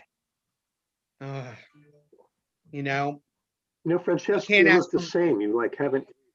One of the things I did in my pandemic boredom was I took a makeup class. So I'm good at making myself look younger these days.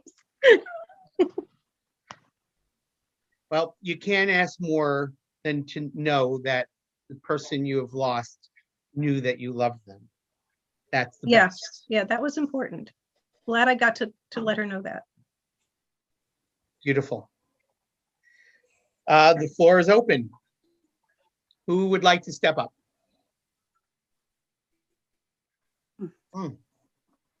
It's Jewel. How cool.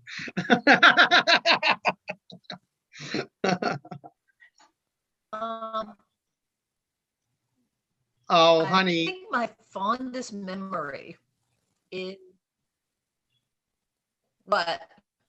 You can't hear me?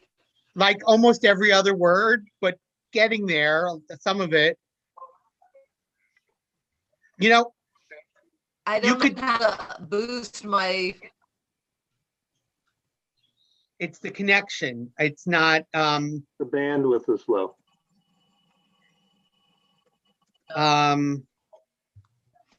Oof. You need your kids to do this one, honey. Let me see if there's a way to get on. Almost sounds like auto tune. Let me see my kids on. Jewel, I have an idea. Off.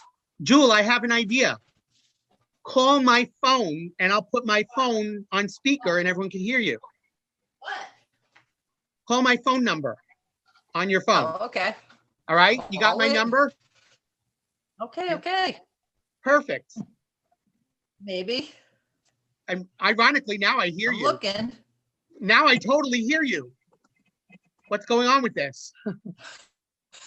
Of course. Exactly. Talk. I don't know. That's great. I guess all you had to do talk is quick. Isn't that funny? Okay. Like all you have to do is say, "It's okay, I'm not." I celebrated my 18th birthday. You there? Okay, you fade for a sec. I celebrated my 18th birthday. at Rocky. It happened to fall on the day. My phone number. What's your number? Can you hold on one second? Janet, are you there still? She just left. She left. Okay, go ahead. Mark, what's Yeah. your number? 718-930-5345. Now, everybody start ordering Mark pizzas. Okay, Joel, talk. Okay, hold Here on. I am. Talk. Can you hear that? Does that work? Did you all hear it? I did. Hear you. I did. Okay, talk, Joel. Okay. So, 18th birthday actually fell on a Rocky Horror Show night. Hold on one second, Joel. I'm gonna mute. Okay, She's good. muted. I Let muted her you. talk. Go ahead.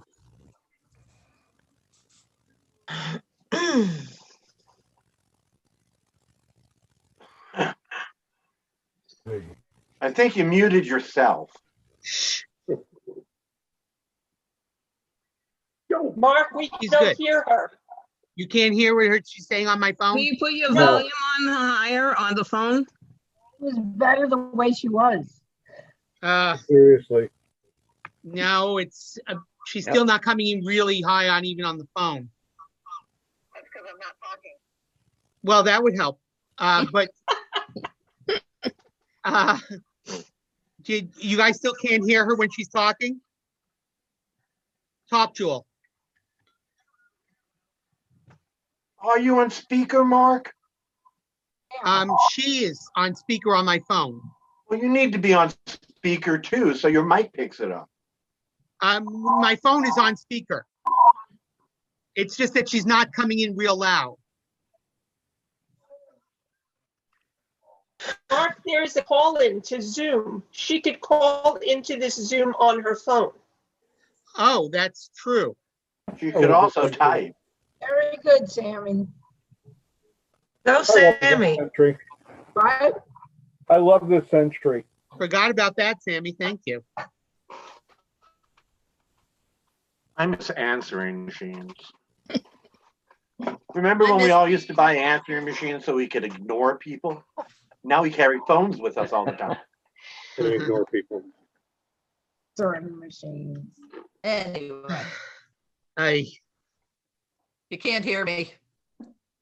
I did hear that. Let me check and see if I can. Boy, don't make me come over there.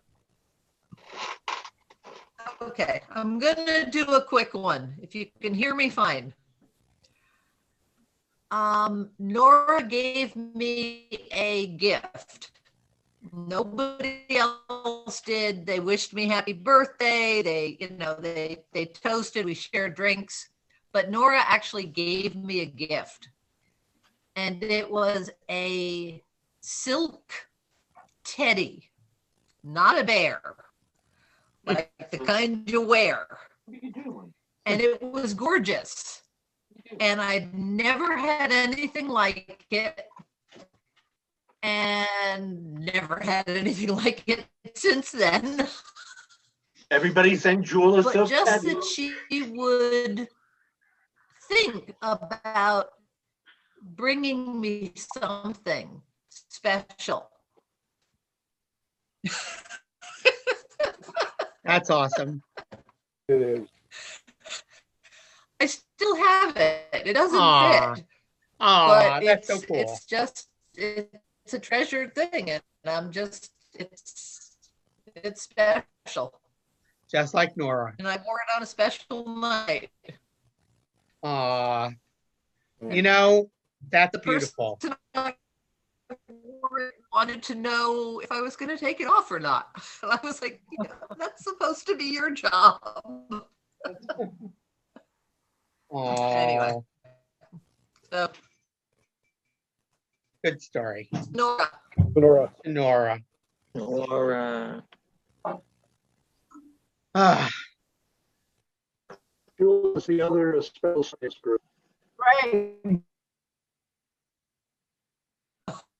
Greg, do you remember the night that you put me behind the wheel Yep. and Nora was laying in the back seat and I was in the driver's seat and you were next to me? I had never driven before in my life. uh-oh. And you know what? You know what's even funnier? I had no idea where the fuck I was. We were coming home from the Oritani, I think, and Greg was always taking us home. Paramus. And yes, we're in Paramus. And funny enough, now I live right up here, which is so like it's crazy. Well, you know what? I've taught a lot of people how to drive. And so when you had an interest in wanting to know how to drive, I figured, oh, I'll show you. And Yeah, he showed me. And you made no, I was doing really well. I'm telling you, I drove At least you on thought so. I drove on she regular was. streets. And how old Right, were you? Some I people- was doing really well, and I was driving down the street. Now, Nora's laying in the back. I'm sleeping or just laying down, relaxing with me driving. How could you relax? I guess she didn't see. And I'm driving next to me, and I had to go between two sets of cars, right? So I was like, Greg, like I didn't know what I was doing because I didn't know how to gauge it. You know what I mean? Like I never drove before. You did great though. So I sideswiped like 10 Well, not quite. You know, some people are naturals. Not Not on the first time. Seriously, Really? some people are naturals about driving, and Lilius was one of them. She But picked Greg, it up what were like- you thinking? But wait, No. Nora rolled into the part where you put your feet. Oh no! As I was hitting cars. Yeah, And you were 14? Yes. 15. I think we Lilius woke picked her up. like snap. Well, at least you wouldn't have had to do time if they got you busted. Oh my God. No, do you know what Picked it Greg up did? snap. And she You know was what driving Greg in Paramus. Okay. Cops came Oh no! and Greg, I hit cars. Greg threw me in the driver's side and he jumped in to the other side. And you got in trouble because you didn't have shoes on. You remember that? Well, I Oh my remember, God. I don't think remember there's that a. you took to driving so remarkably well that Yeah, she was like aiming for the cars. no. It's intentional. Started in premise. We started at the parking Did lot. I almost She did got really well. home? We did really well in the parking lot, so then I took her to local roads. She did well on the local roads, so I took her on the highway. On the highway. And I figured, damn, I'll just take her all the way home. Why not? And she You made did. it all the way into Jersey City without a hitch. Yeah. But there was this station wagon there that had a piece of molding that was sticking out. Oh, he has a better memory than me. Wow. And you clipped that molding sticking out. And that wasn't really fair to you in a way, because it was sticking out about 6 inches or so. And you clipped just the edge of it and it ripped the molding off. Defending me. He's defending me. I got him in trouble and he's defending me. No, What you- happened? What she did the ripped cops molding- do? wait. She ripped the molding off, right? So then I stopped the car and I put a note on the windshield saying, hey, you know,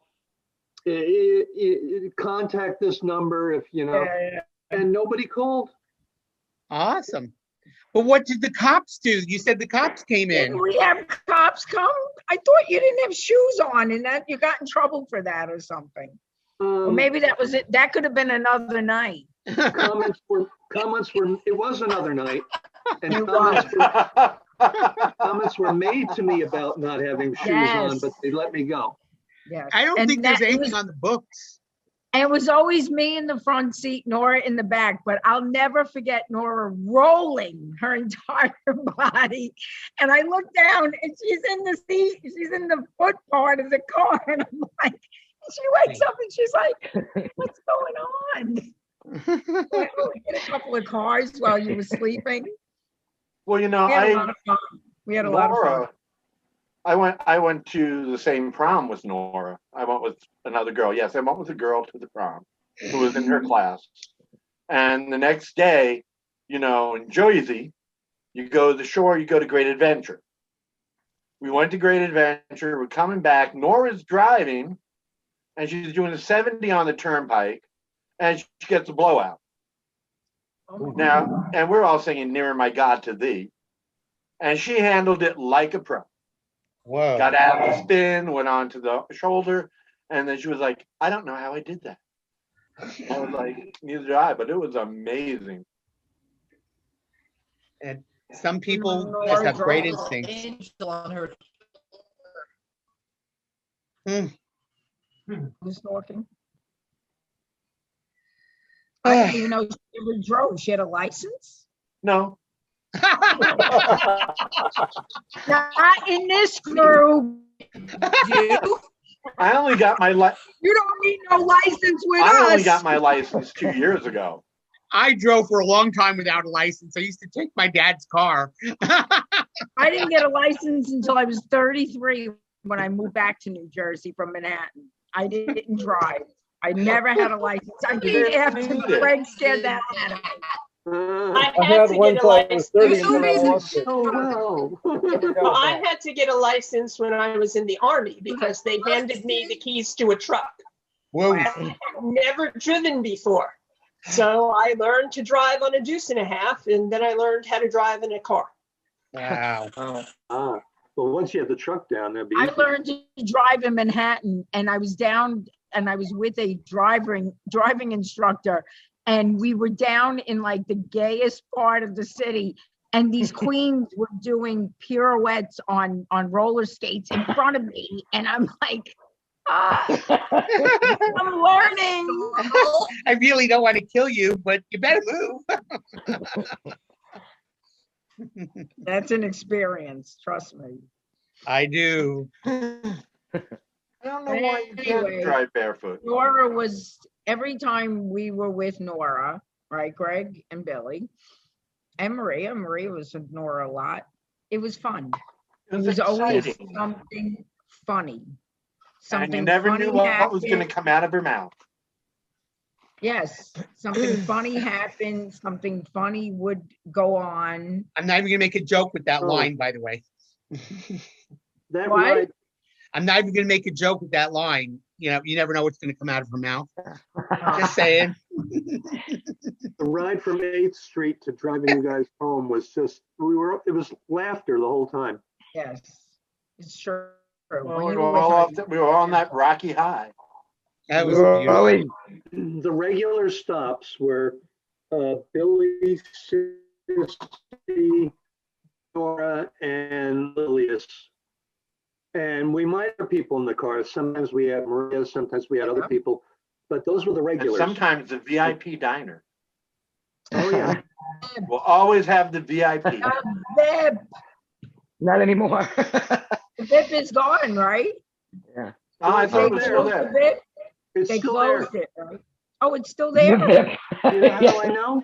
When I went to see Nora just a few weeks ago, when I drove home, I drove right by it. Oh, you're kidding. Was it open? It was I didn't open. go in. Oh, but I the didn't go lights in. were on. It No, I was. It looked open. understand, but French This- fries and this because gravy. they had and said diner- that was pudding. closing down. This diner, for everybody who's never been there, like the Brooklyn people and the Manhattan people, this diner had the little jukeboxes that you could put the coins in and At your and play table? the music. Yeah, I know what you mean. It Yeah. still has it. If it's open, it still has it. They never took them out. Tony Soprano diner. You could probably still play the Bee Gees on it, I'm sure. They probably didn't update the music. And it was taken And over by French Sam fries and gravy. Yeah, Disco fries. You know, that's the what kind where like when you play music, everyone hears the songs you're playing on their little right. Yes. You know, when I was 18, I had read this article on islands off of off of Newfoundland being sold for like $1,200 for a 120-acre island. I thought, oh my God, that not 120 acre, I think like 12-acre island. I'm sorry. But like I thought that is so cheap. I should go buy an island. And I just got it in my head to go up to Newfoundland. And here I am in a diner in St. John's, Newfoundland, in the middle of fucking nowhere, you know, like so boonies that it's like, oh my God, I feel weird. And I'm in this, actually, I think it was a pizza place, and they had those jukeboxes. And I look at the songs on the jukebox, and it had Jim Carroll's People Who Died. And this was like, you know, 1980. And I said, what the fuck is this song doing here in St. John's, Newfoundland? And there's this family at another table, like this young couple with their little kids. And I'm thinking, oh my God, I have to put this on just because that would be so comical. And I do. So I put it on. And I'm thinking, oh my God, these people are going to freak. And all of a sudden I'm watching and they start singing along. They knew the song. I could have dropped dead. It was hilarious.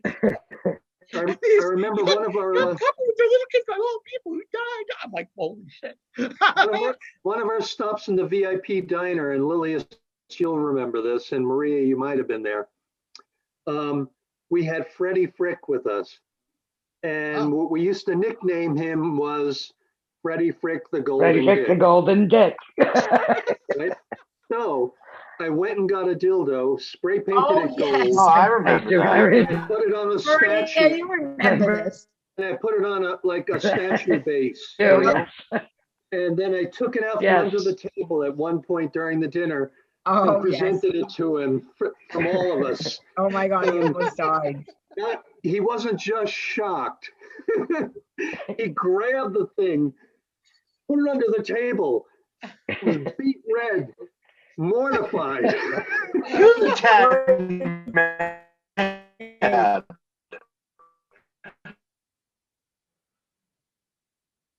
I got Freddie last year at our reunion. Looks amazing. He was sick, right, Maria? Wasn't sick? I don't know. His mother was sick, and he I was thought taking Freddie care had of her. cancer. But she passed away though.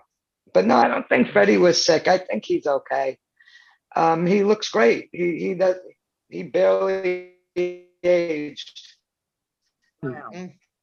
I was mortified when we went into that lingerie shop by the We had to play Hornetarian. Time Warp and he didn't do it. So. What lingerie shop by the Ortani? Remember when we Lilies, got the remember? corsets and they were pink and they had to be dyed black? Wilmer's. Yes, That was the name of the corset shop. yes. And we went in there and they fitted us. Hey, how do you remember all this shit? Oh, it's the drug. 3 minutes ago. All the drugs Lilius did, yeah. Oh, I can't remember. you did no drugs. I can't remember what I did yesterday, but I can I remember should have did 1978. drugs. And they were so happy Really, to you get rid should of have. these corsets. Yeah, they were very old fashioned. They were like pink cotton and Yeah. whale bones. Yeah. And so they had you like want the these? little Oh, wait a garters minute, on I got more in the back. Wait. Maria used to make her costumes at my house, and my mother used to scream at us, "There's sequins in my bathtub! I can't take this anymore!" Well, No, I knew you were going to say it, Sammy. No, you know it. I know. So we bought this skull cap, and we bought liquid latex, and we bought a ton of yak hair. Oh. So we glued it on very carefully, layer by layer. It was a work of art. The problem is that work of art existed forever. So not only was my mother picking up sequins and rhinestones from the carpet and under the couch, she was vacuuming up yak hair for years. And she would never, every time I'd say, "Oh, Mark Levine says hi," and she'd go, "Yak hair." I know. She never let me forget that. Yak hair. I remember that yak hair. It was very warm and it made you sweat. Like there was nothing. That Which is skull cap Which Then, is why Jane Auerbach used to call me Sweat Hum. Oh my God. Oh, I love Jane. I I'm did so too. sad Me to too. read that she died. I Oh knew Jane no, since we're. stop. She was I I met didn't Jane. know. I definitely didn't know. very kind. I Jane went to died. elementary school with Jane. I love Jane. I Jane Did was it say the when she best. died? Very I ran into unassuming. Jane about 25 years ago.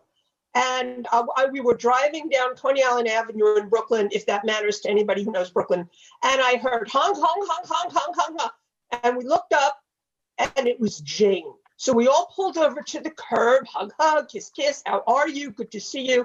But we could never get together because she was in NA and she had to go to meetings every single day at this place, at that time, at this place. And she told me, though, she'd had a rough time. She told me there was a point where she was diabetic. So she was using her insulin to shoot heroin, and she was mixing the heroin in with the insulin. So very scary, very bad. She was clean at that point. We sort of lost contact.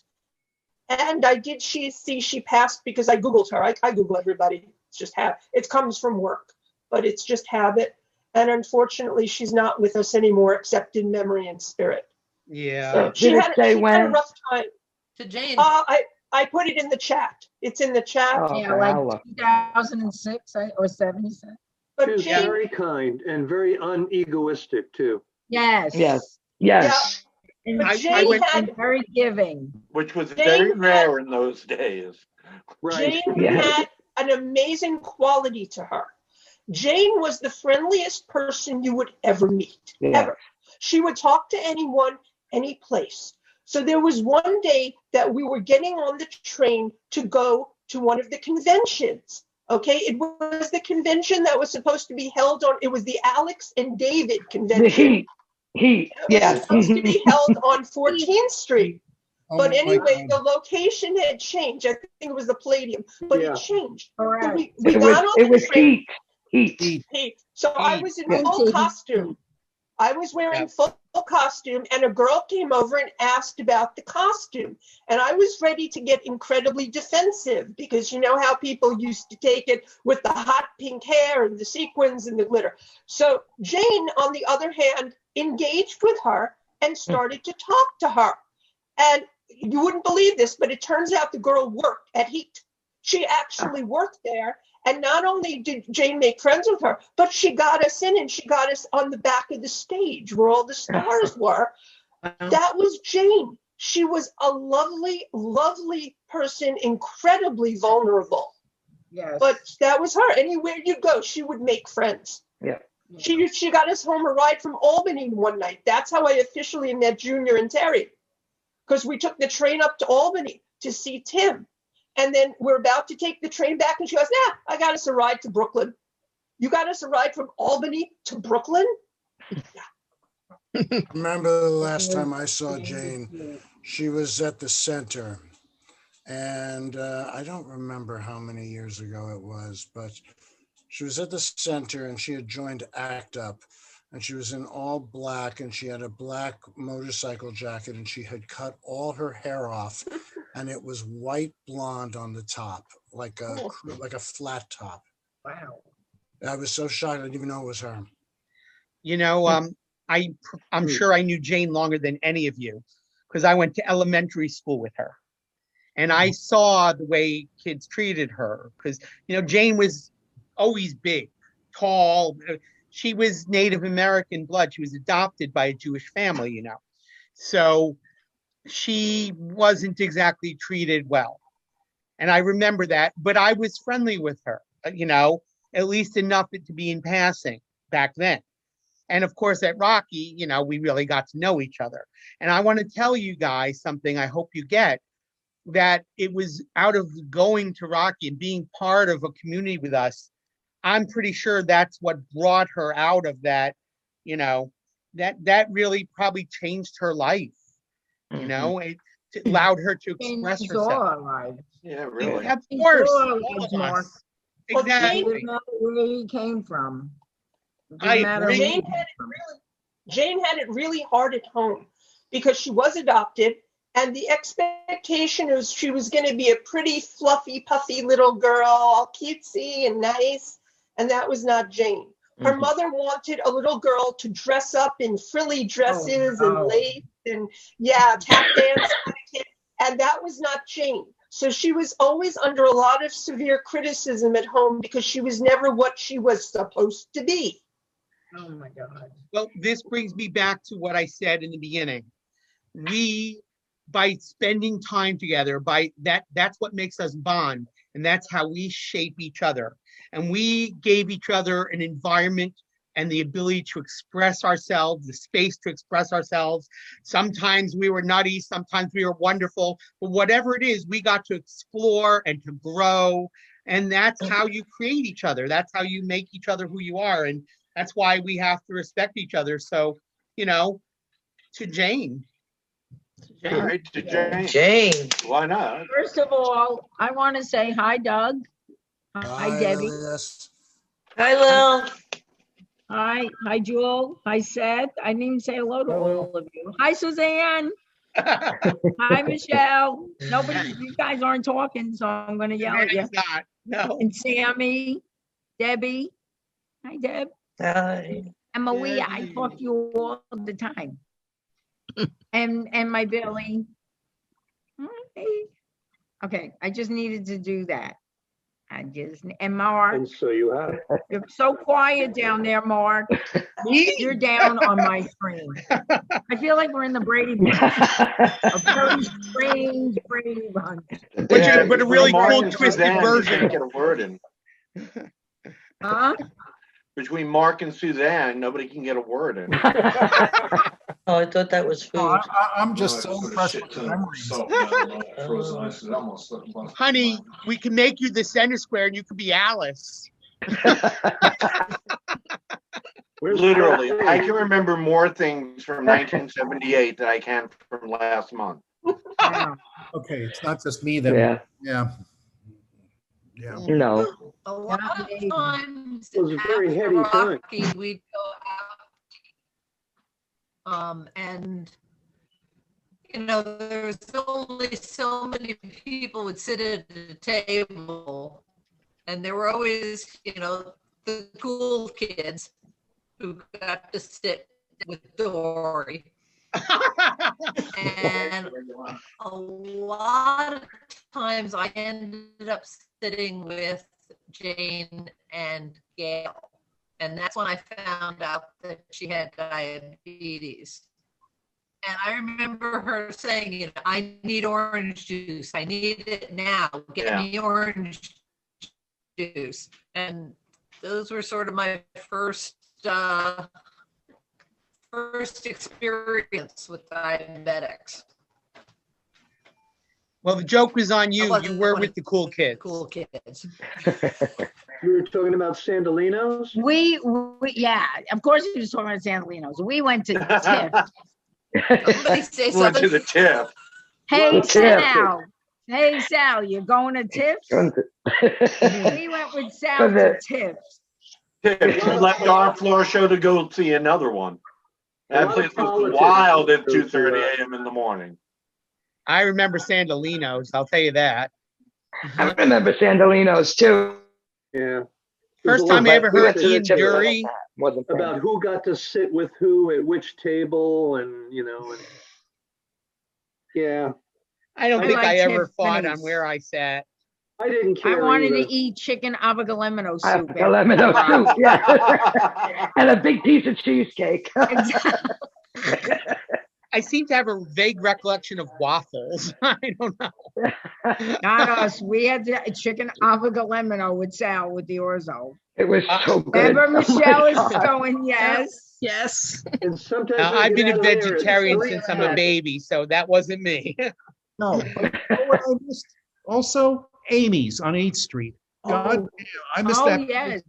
That was before show. But I am the pizzeria across the street from 8th And Street. Burger Definitely Queens. Burger Queens. Mark, Burger Queen. it wasn't Amy's, it's Eva's. Eva's. Eva's, right. That's Yeah. where we I was got confused, together I yes. knew last what he time. meant. I think That's where we had Carol's memorial. Right. Yeah, Aw, yeah. Carol. Yeah. there's a great picture of that gathering where Nora was there with you guys. Yes, she was. And I was, even then I was like, what's up with Nora? You know, it was like, whoa. Yes. I Yes. didn't recognize her. She remembered me and she came over to me and she goes, Michelle, and I'm like, who is this person? You know, and then she said, Nora, oh my gosh, you know, I hadn't seen her in years. And then to see her, you know, there, it was just very hard. It was hard. It was hard to see. When we got together a few years ago, and that was the first time I've seen her since we were kids, I was absolutely shocked. I mean, she looked like a totally different person. And I was just like, there's something wrong here. Because, I mean, God bless her, but I mean, when we were together, I thought she looked like she was like 70. Yeah, yeah. She looked very, very, she looked very sick, but she also And frail. looked different and very frail, but she was even more frail when Michelle and I saw her, and then when Greg saw her, I was just blown away. But, you know, she had a nose job. That's why she looked different facially. She told me she had a nose job. She did? Yeah. She told me she had a nose job, and then I could see it. Yeah. You mean just- on purpose or because she had an accident? No, just she wanted to have a nose job, and somehow she got it done, and she really did look different. That's why her face looked so different to me. It did Yeah. look different. It did. She used That to makes look sense like now. little Nell, Yes. and she didn't have Yeah. that Yes. nose anymore. Yes. Yeah. When I have- Greg posted that, I think Maria said to me, is that Nora with it? And I was like, Yeah. I think so. Well, I'll tell you something. I cropped that picture very carefully because there was a lot more you wouldn't want to see. Yeah, Mhm. I believe you. Not unless you I really believe- loved her. You know, for me, it was fine, but you know, Mm. I Of don't course. think No, she- I believe you. I don't And think yet she would kept have her sense of appreciated it. humor. I mean, I'm impressed that she did that. No, yeah. Oh, She pretty was much to the still end. trying to be funny. Always. God bless her. That drive in her, that like vibrant light, that's what made her her. And I think that's what we all adored about her. Well, I'll tell you, I met Nora actually. I never met her in person, but we were corresponding because she saw the Weinberg pictures and she wanted me to send her a disc with all the ones she was in, so I did.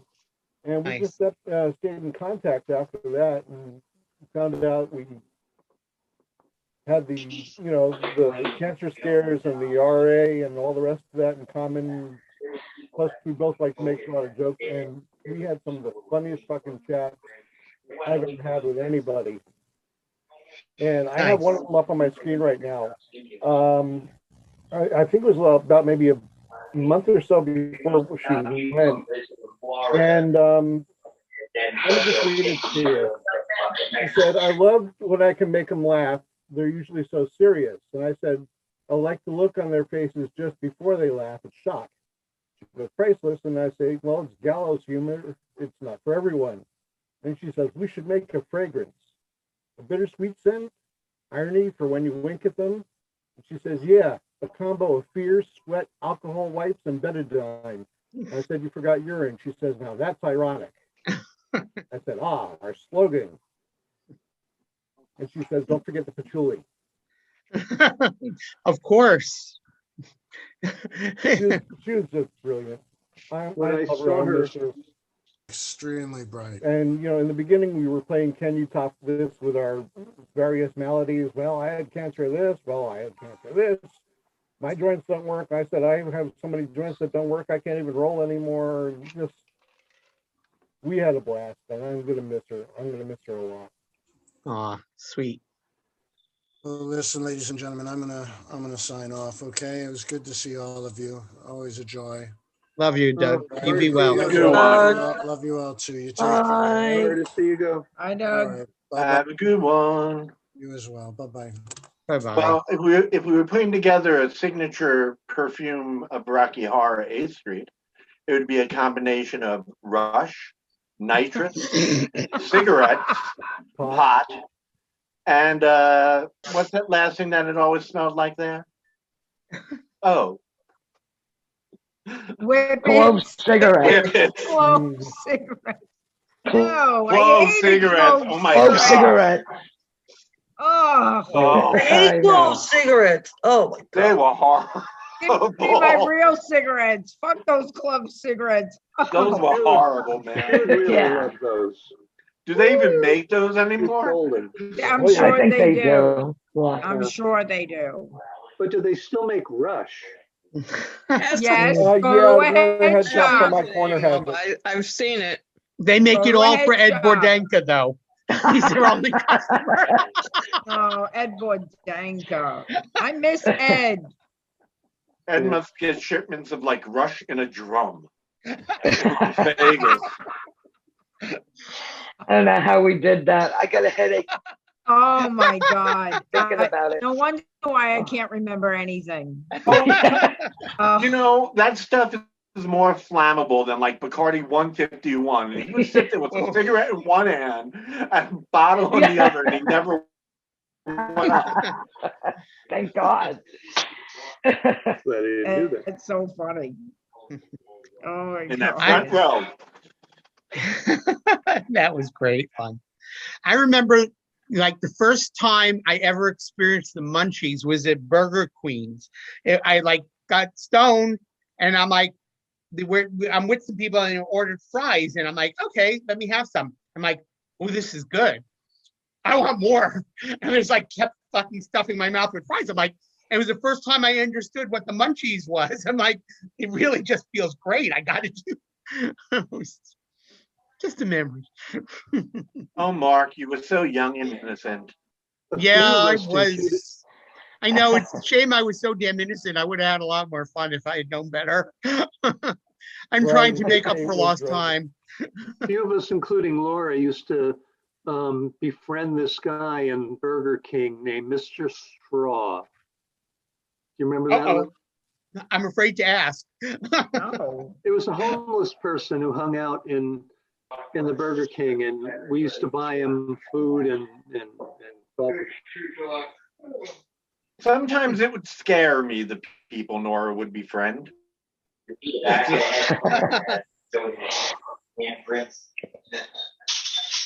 I remember ordering befriended a. all of us. Yeah. Uh-oh. That's funny, Joe. Point taken. Hey, she came to me in a dark theater and I was alone. Her boobies hanging over your head. Okay, folks, I've got to go. It was wonderful to see all of you. Good to see you again, Sammy. Bye, Sammy. It's Take Saturday care, honey. night. Got to Did do you get things your on treat Saturday night. Enjoy. Lucky you. Not Be you. well, honey. Love you. Bye. I put the bed on a different wall. Put it on a different wall. We So, haven't heard much from Debbie. Suzanne, Then there were 11. Debbie's always quiet. I'm very Suzanne, quiet. I listen. Sorry. Suzanne, you got to talk You're before we're allowed. over. And by the way, Suzanne's Debbie, on I'm her looking at you private too. island. What? Suzanne's on her private island. I know. It's so nice. She doesn't even hear us. What is that? There's someone that's going on. Actually, Suzanne is actually losing. Central government. Yeah. Oh no, I'm on my work computer. No. Oh,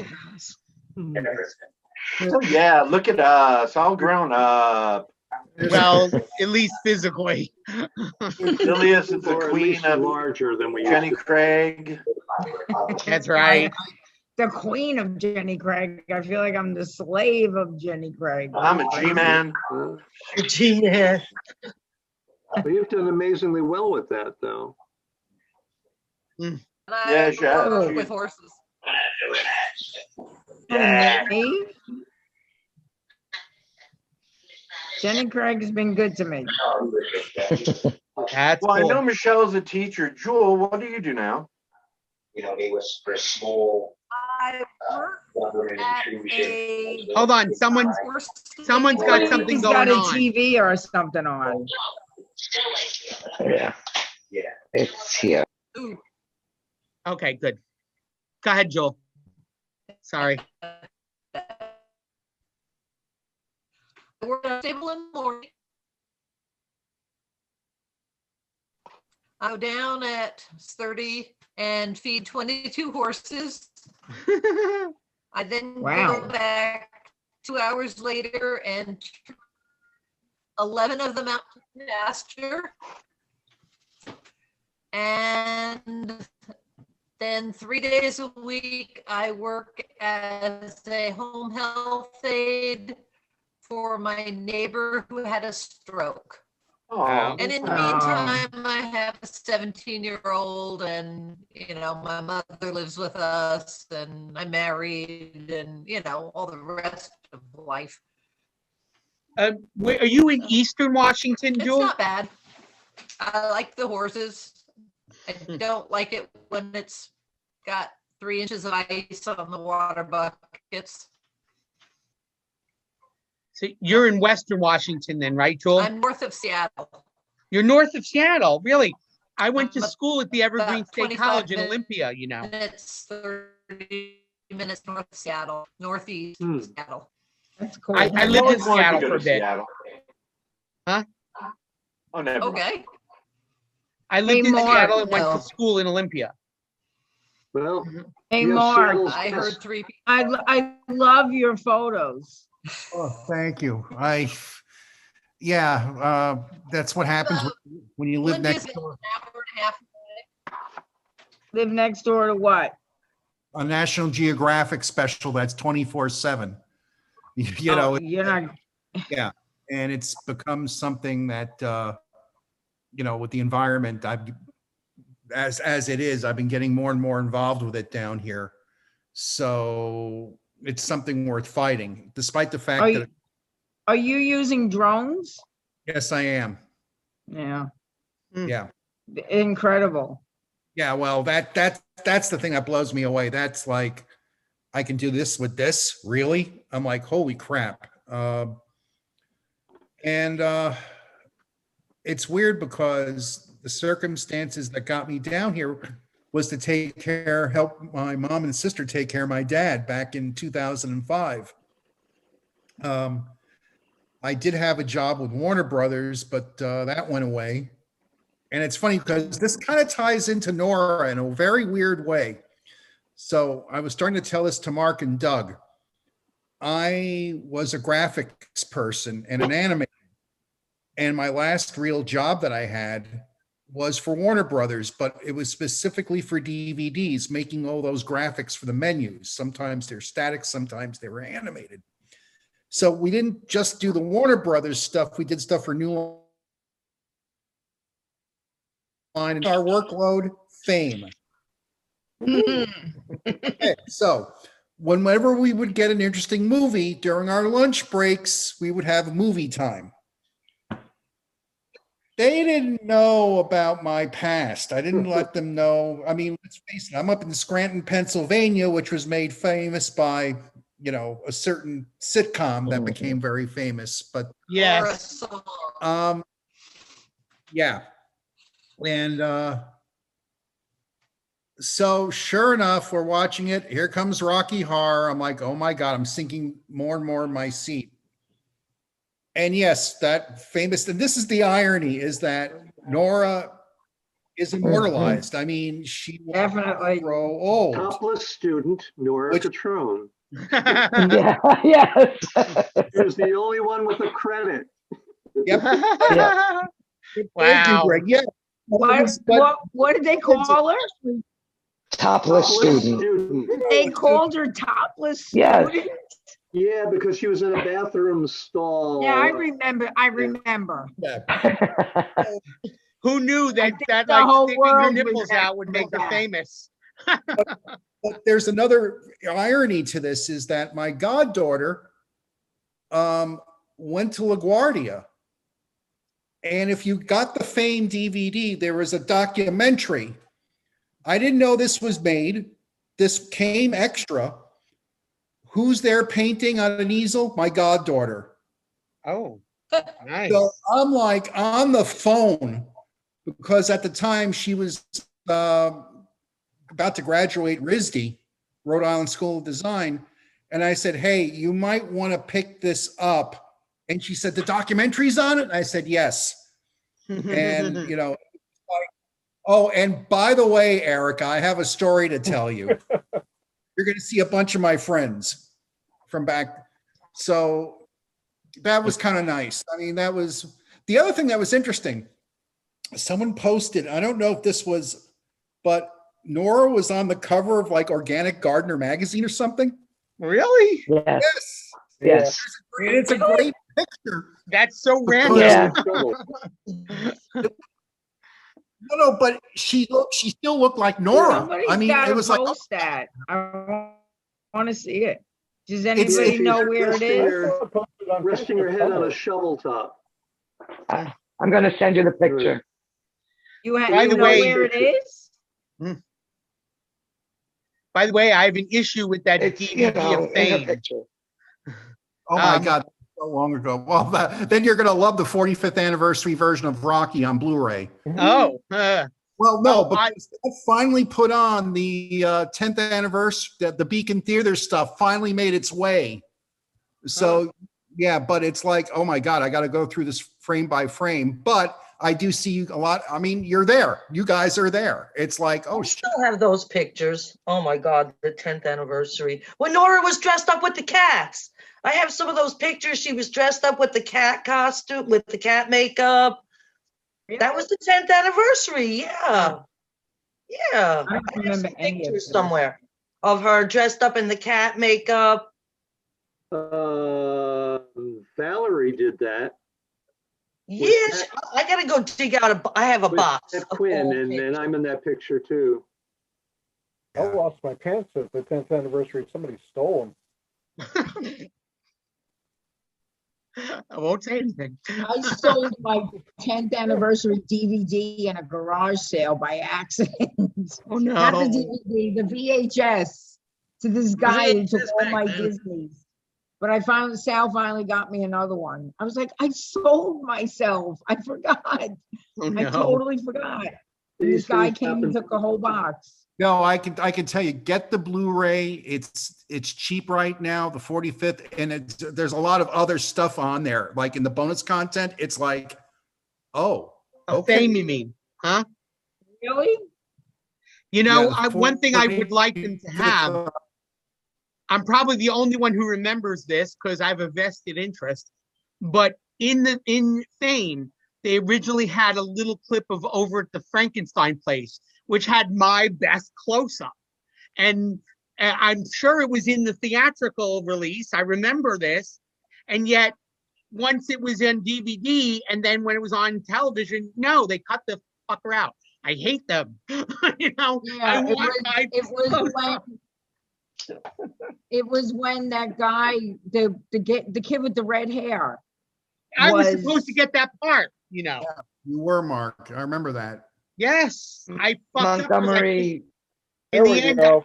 when Yeah. Alan Parker called me in, because that Marge Simpkin, remember, came to Rocky, right? And picked out some of us to audition.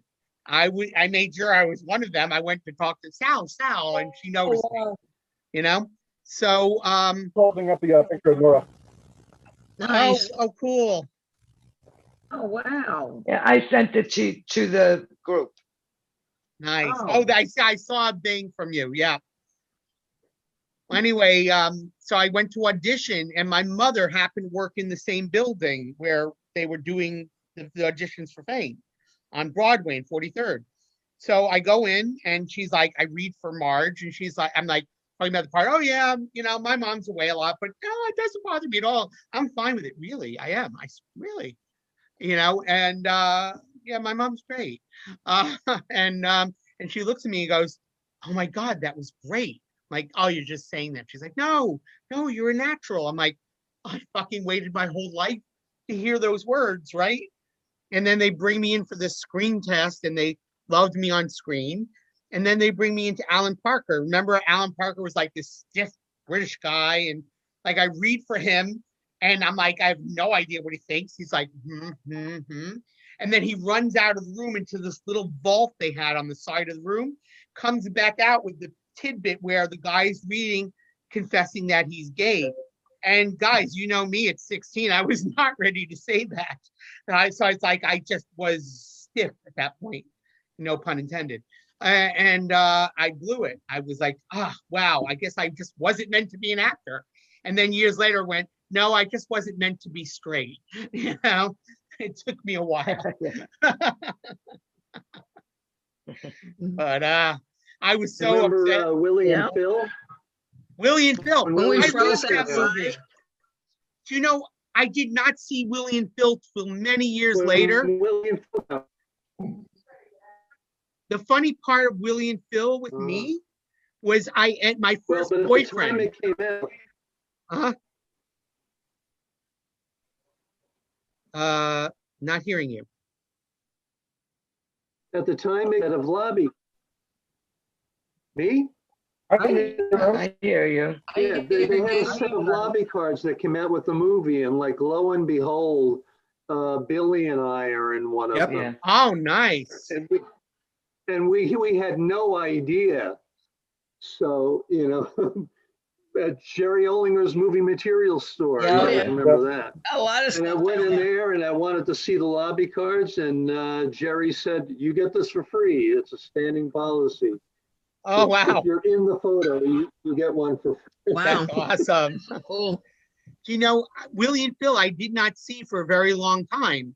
And what happened was when I was like 20, I was still in my thinking I'm straight phase, Oh yeah, I mean, I'm attracted to guys, but that's just a thing, And so I ended up like starting a relationship, just deciding to start a relationship with this friend of mine, Kirsten, who I adored. And I finally said this night, okay, I'm in love with you. And she agreed, and we were like, happy, great, let's be in a relationship. And that night we go to a party, and this guy comes and sits next to her. His name was Andy. Turn off the scares. Oh. Okay. Well, the long and short of it is this guy comes and starts, and the next thing I know, I'm in a relationship with this guy, Andy, and this woman, Kirsten, and we're trying to figure out what's going on. And of course, in the end, I was in love with Andy. And then I saw Willie and Phil. I'm like, that was my life. Holy shit. It's like life imitates art. Who knew? Willie and Phil was a fun night. Yeah. It was nice and easy too. Yeah. It was cool though. I'm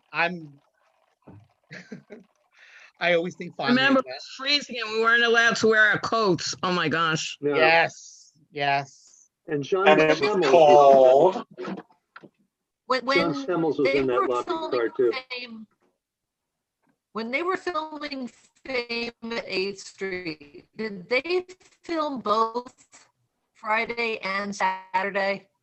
I think so. It was a 2-day thing. Yeah, it was a 2-day shoot. I got paid for 2 days, so yeah. I Extra pay. I just remember it was more fun And because they kept playing parts of the movie. I thought it was funny that some people got wet pay because of the water. Yes, we all did. I got wet pay. I did. I And was smoking featured pay. extra. How many of you guys got to be a featured extra? Anyone?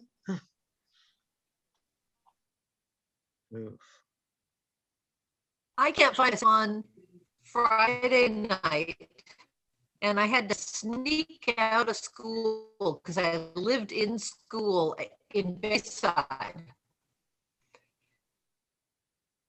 And I got in trouble for coming back after curfew because obviously it was after curfew. And so I couldn't go again on Saturday. And I've never been able to find myself in fame. I know I was there. I seen it somewhere in the not when they were shooting the scene it would have been in. I find it a great conversation piece when I meet some new guy. I'm like, oh, you know, next thing you know, I'm talking about, sure, I used to be into acting. I show the clip of fame. It's like, oh, that's cool. Great. I remember that. I was on the calendar. Billy? I remember daytime for fame. It was all day. It was long hours. We kept doing those scenes like what, 20, 25 times? Well, just so you don't think that Rocky's dying at all. My daughter and her friends. Really? That's crazy. I know it. Rocky's still But playing. the downtime was Chelsea, fun right? because they played other clips of Rocky, and they friends played watched videos and Meatloaf videos and all this other stuff. Music in the car. And it was all the warm. time and acted out and yeah. That's Hey, still did- at the festival. Did you guys see perks of being a wallflower? Because there's a great Rocky Horror scene in that one, a big extended scene. She wants to go see live performance one day. My niece loves it. We went to in the Poconos once, a Rocky Halloween thing they did. But you guys got to see Perks of Being a Wallflower.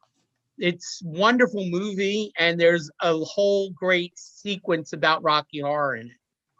Really worth checking out. Fantastic movie. I absolutely love that. Oh, and it's you know the characters are like they could have been us. You know, it was cool. It was definitely. They were us. quirky. What are you talking about? Sorry, me too, guys. I have to go. Yeah, I was just gonna say the same thing. My husband just walked in, so we're gonna eat. Yeah, But it's not even midnight. You can't go. I know, but I'm up at 3 o'clock in the morning. Are you guys gonna be on for a while, or is everybody going? I have to go. I'm gonna go in a minute too. I just wanted to tell my. Well, we have to do this again. Let's not wait till somebody passes. Really? So that we can do this again, and happy times and. Who has we did. We did. Like this is our third Zoom, and it's only one that had a memorial. So we're not being those people who only get together. I got one more thing to say, and then I really got to go. I love you all. I miss you all, and I hope we see each other soon. Love you too. Bye, Sarah. September. Bye. Love you too. Bye, Take care, Debbie. Deb. Yeah, guys, hit me up on Facebook. Check out the blog. all so much. You my family. I miss you too. Bye. I can't listen to like Yellow Brick Road without thinking of you. Elton John. So sweet. You are so sweet. Aw. I have to find that picture of you on the mailbox doing Columbia. Like Oh my God. I'm bringing down the box. I've got all this stuff that. From Vaseline Alley? Yes, Vaseline Alley. You are on this mailbox. You are little white shorts. And this little out. Yeah, he's like, "What's Vaseline Alley?" You don't want to know. Who said watch Vaseline Alley? My husband. Oh. You don't know nothing. I thought it was Mark. I was gonna say, no, I don't think so. You don't know nothing. He's an innocent. That's what I've got. Innocent. All right, guys. Take care. Bye. All right. And All right, Billy, I'm out Billy, of here. Hit me up Billy, on can I ask Facebook. you a question? Huh? Just Me? one question has nothing to do with anything here. On your blog, do you do like news type stuff? Like if you had a breaking, interesting story that was like, I don't know, maybe Chris quirky and noteworthy. Hemsworth's naked? Yeah, sure. I mean, but how about like something on the scandalous side? Like more like, I don't mean scandalous like X-rated scandalous, but I do what I have time for. History is like the big thing with me. But I know. I mean, I do throw in. I might have a favor to ask of you, an expose kind of story. Ooh, Yeah, my life well, at Rocky. how about if it was on LGBT church, being assholes? Would you be interested?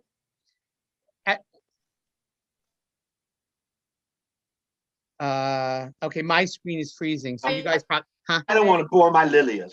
You're boring the fuck out of me. I hate to tell you. I got very limited time, guys. We'll talk. so- Some things never change. Yeah, places Oh, to go. meet up People to in see. private. All right, I'm out of here. Tell me, I'm gonna Mark, tell send it me a like it is. message. I Lil, think I will Maria, talk Maria I'll wanted talk to to you. say something about Nora. Okay, go ahead. Did you want to say Okay. something about Nora, Yes. Maria? Yes. Okay, Yes, I have please. The reason why two we're little here. stories. Yes. Yeah. Two little stories. The first one I'll do from back in the day. And I can tell it now because Sammy's not here. As I think everybody knows that Sammy, held on to Columbia with both hands. Yeah. But she never did floor show. Never did floor show Never, Columbia. yeah. But I remember her Nora. coming down the aisle every day and she'd say, "Move!" Move! Exactly. No. But Nora did floor show Columbia, but she really wanted to do Janet. So when she had her opportunity to do Janet, she gave me all of her floor show costumes and said, "It's yours." And that's how I got into the floor show, because I couldn't have gotten in any other way, because Sammy would never let anybody else do Columbia. So I did floor show Columbia for years. Well, I will say for maybe a year. Nothing but. And that was all Nora's costumes. I still have them, just as an aside. I still have them. And I was always grateful to her for that, because she really gave me the opportunity to perform.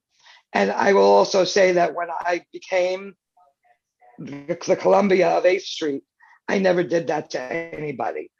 Right. If they wanted to perform, I gave them a Friday, I'll give them a Saturday, whatever. And anyway, let's fast forward. Down real well. I'm sorry? You had the pixie thing down real well for Columbia. Thank you. So 8 years ago, my mom passed away, and she lived in Jersey City. So, of course, that's where everything was, the funeral and the wake and all. And it was the day of the funeral. We were at the church, and all of a sudden, this lady comes in and sits next to me and hands me a tissue holder, those portable tissues that, what do you call it? Little tiny plastic things. Yes. And it was inside of a little handmade piece of fabric. And I turned and I looked, and it was Nora. Nora came to my mother's funeral. I guess I had written it on Facebook, and she didn't stay long, but she stayed long enough it touched me. It touched me that she, at that point, of course, she could walk and she could, she wasn't great, but she was definitely much healthier than in the past few years that we've seen pictures of her. And again, it was a lovely gesture. Hey, Scott. Everyone. Hi, Scott. Hi, Scott. Late to never, Scott. Hey, Scott. And that's it. Those are my stories. That's I have sweet. tons of them, but yeah. Thank you. By Maria Pinella. I'm getting evil eyes to go eat. So sorry, Scott. I gotta go. I gotta go too. I just finished. Good night, guys. So glad to see you. All of you. I love you all. I hope we do this again soon. All right, without drama. Yeah. Just no drama. We did well tonight. It was great. See? No drama. Yes, very nice. I knew it would be. Because I knew it would kept too. on topic. I knew we were going to have a great time. I had no doubt. Yeah. All right. Awesome. I love you All guys. right. Good Love you you too. all. Bye. Bye. Bye-bye. Bye. Okay. How are you, I'm Scott? doing well. I just stopped in, wanted to pop in and say hello to everybody. Hello. Hello. And I just finished feeding the family and such, so dinner's already over. But that was it.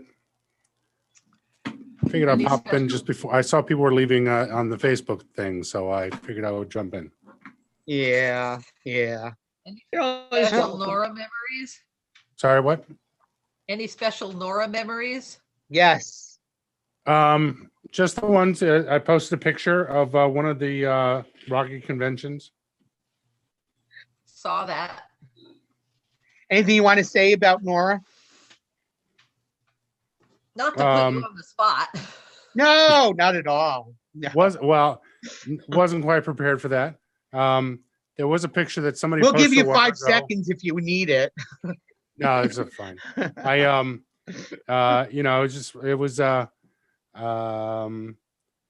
was a good time then, all the way through Fame and those years. It was a lot of fun. Yeah, it was. Yeah. When we were young and not in. So, good times. So long ago. A lifetime ago. I mean, it's crazy. We are now 3 times as old as we were then. Wow. Yeah. This is true. I know. I believe you. You can't be true about me. I'm like, I don't know. I have that whole Peter Pan thing going, We don't have age. Don't grow up. Nah, That's not funny. for me. I see Greg's Christmas cards. I don't think he ever grew up. 31 years now. Oh. Wow. Well, I'll tell you, from when I saw Nora last, as much as we're all missing her and like that, I agree. she needed peace because she was on morphine 24 hours a day, just constant morphine, and was still in pain. It was very hard for her just to sit up. So I know. It was obvious this was coming. I had no doubt, but I mean, Which is like- why I'm not sorry. I mean, I'm sorry. I'm sorry that the cancer did what it did, to the point where I'm not sorry that she passed. right. cheers to that. Yeah, Yes. Yes. Oh. And I still have a little bit of wine left. Well, I just slide mine, so I still have half a bottle. Oh, well. So we got to talk then for another. Or you got to chug it. I'm only kidding. I mean, I know I keep saying it, but my time with you guys, I thought about it the other day, it's crazy, but I realized, wait a second, my time at 8th Street was really 15 months from the opening till October of 79 when I went off to college. And yet it feels like it was years for me. And I bonded with you guys so much that like 40 years later, I still know and love you all, So how intense that is, those 15 months squeezed in more than like the last 10 years, That's pretty fucking awesome. It blows me away that here we are chatting. I'm so thrilled. I love that. I love that I see you guys, you don't know how much. And that this is not the only time we chat. That's right. That we stay connected through Facebook. Absolutely. Through I other know. things. Of course. Even if we don't see each other in person, we don't talk, I know Greg's kids. That's right. I don't know Greg's kids. I've never met Greg's kids, but I know Greg's kids. Well, Yeah. friendship is not about seeing each other every day. It's about when you see each other, you remember you love each other. That's all. And It's we like do. no time has passed. It doesn't matter how much time has passed. Jewel, I said it's like no time has passed. Exactly. Absolutely. Jewel, I will always remember the moment I met you online when, I think it was the week after 8th Street opened, I'll never forget that, right? Never. Back when we still had to wait online. Yes, you and I did. Soon after that, we didn't, but yes. But yeah, I mean, it's a beautiful thing, it's a treasure. You know what I used to like to do after our time? Because I threw in the towel in 81 or something like that. But I went back to 8th Street every 3 months or so, just for a night, just to see what the new change was. Because there'd always be a group of people that wanted to perform in the wings that couldn't get to perform. Right. And then there was people doing it. Yeah, but then those people that it wasn't always Sammy, no, that wouldn't share, they would give up Rocky and move on to something else in their life. And then all those people waiting in the wings would jump in and they'd be the next wave. And it was always fun just to keep track of the waves, who was coming in. Well, yeah, last summer they had a online watch party where they showed the movie and then they zoomed a whole bunch of people like us watching the show and shouting out the lines and stuff. And I was surprised at how many of the lines were exactly the same. And then there were some really good new ones that I'd never heard. Yeah. It's like I can't type fast enough to get the next line in. Remember when they did that Broadway version with Joan Jett as Meatloaf? Hey, honey, how are you? I can see you're absolutely adorable. I like this one. She's a keeper. But you remember they did that one with Joan Jett doing Meatloaf and on Broadway. I got to see it, and and I was, who is it? Who was doing the MC? Oh my God, someone we all knew. I was going to say Phil Donahue, but no, who was it? Mother. Huh? Bad you remembered when Seth went to that one. So too bad you mentioned it after he already left us. But I remember shouting out lines, and the MC, who was doing the criminology, the crim, went, "Oh, that was a good line." I'm like, "Yeah, we knew that line forever." It was like, it was so much fun. And they had that little bags of things with a boa and stuff and things to throw. It was cool. It was a lot of fun. I still have those. I still have my bag. I still have my teddy bear. Aw, that's so sweet. That was great. Oh God, it was so much fun. I still have my costume, but it flew apart the last time we did a what would you call it? A nostalgia show, because I gained so much weight that the corset just ripped and everything. Shocking. Well, half my costume still fits. The top half fits. Yeah.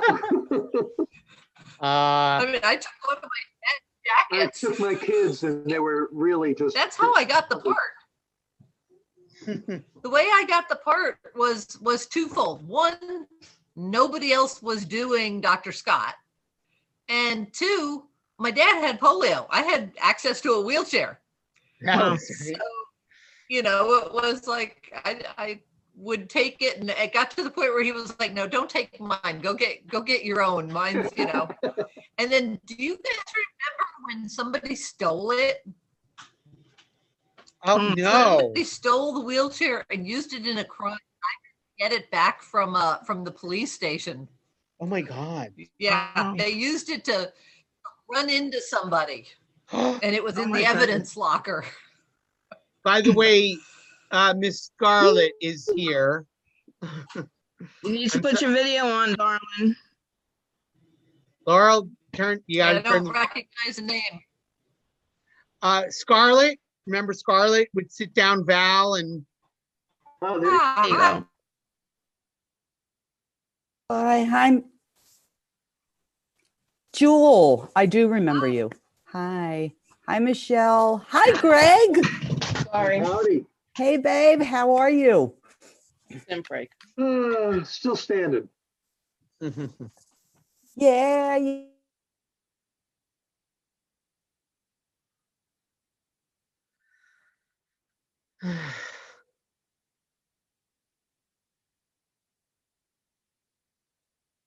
know, my internet is getting wonky, so I can't hear you guys now. But Having a male Janet and a female Rocky, so it worked out great.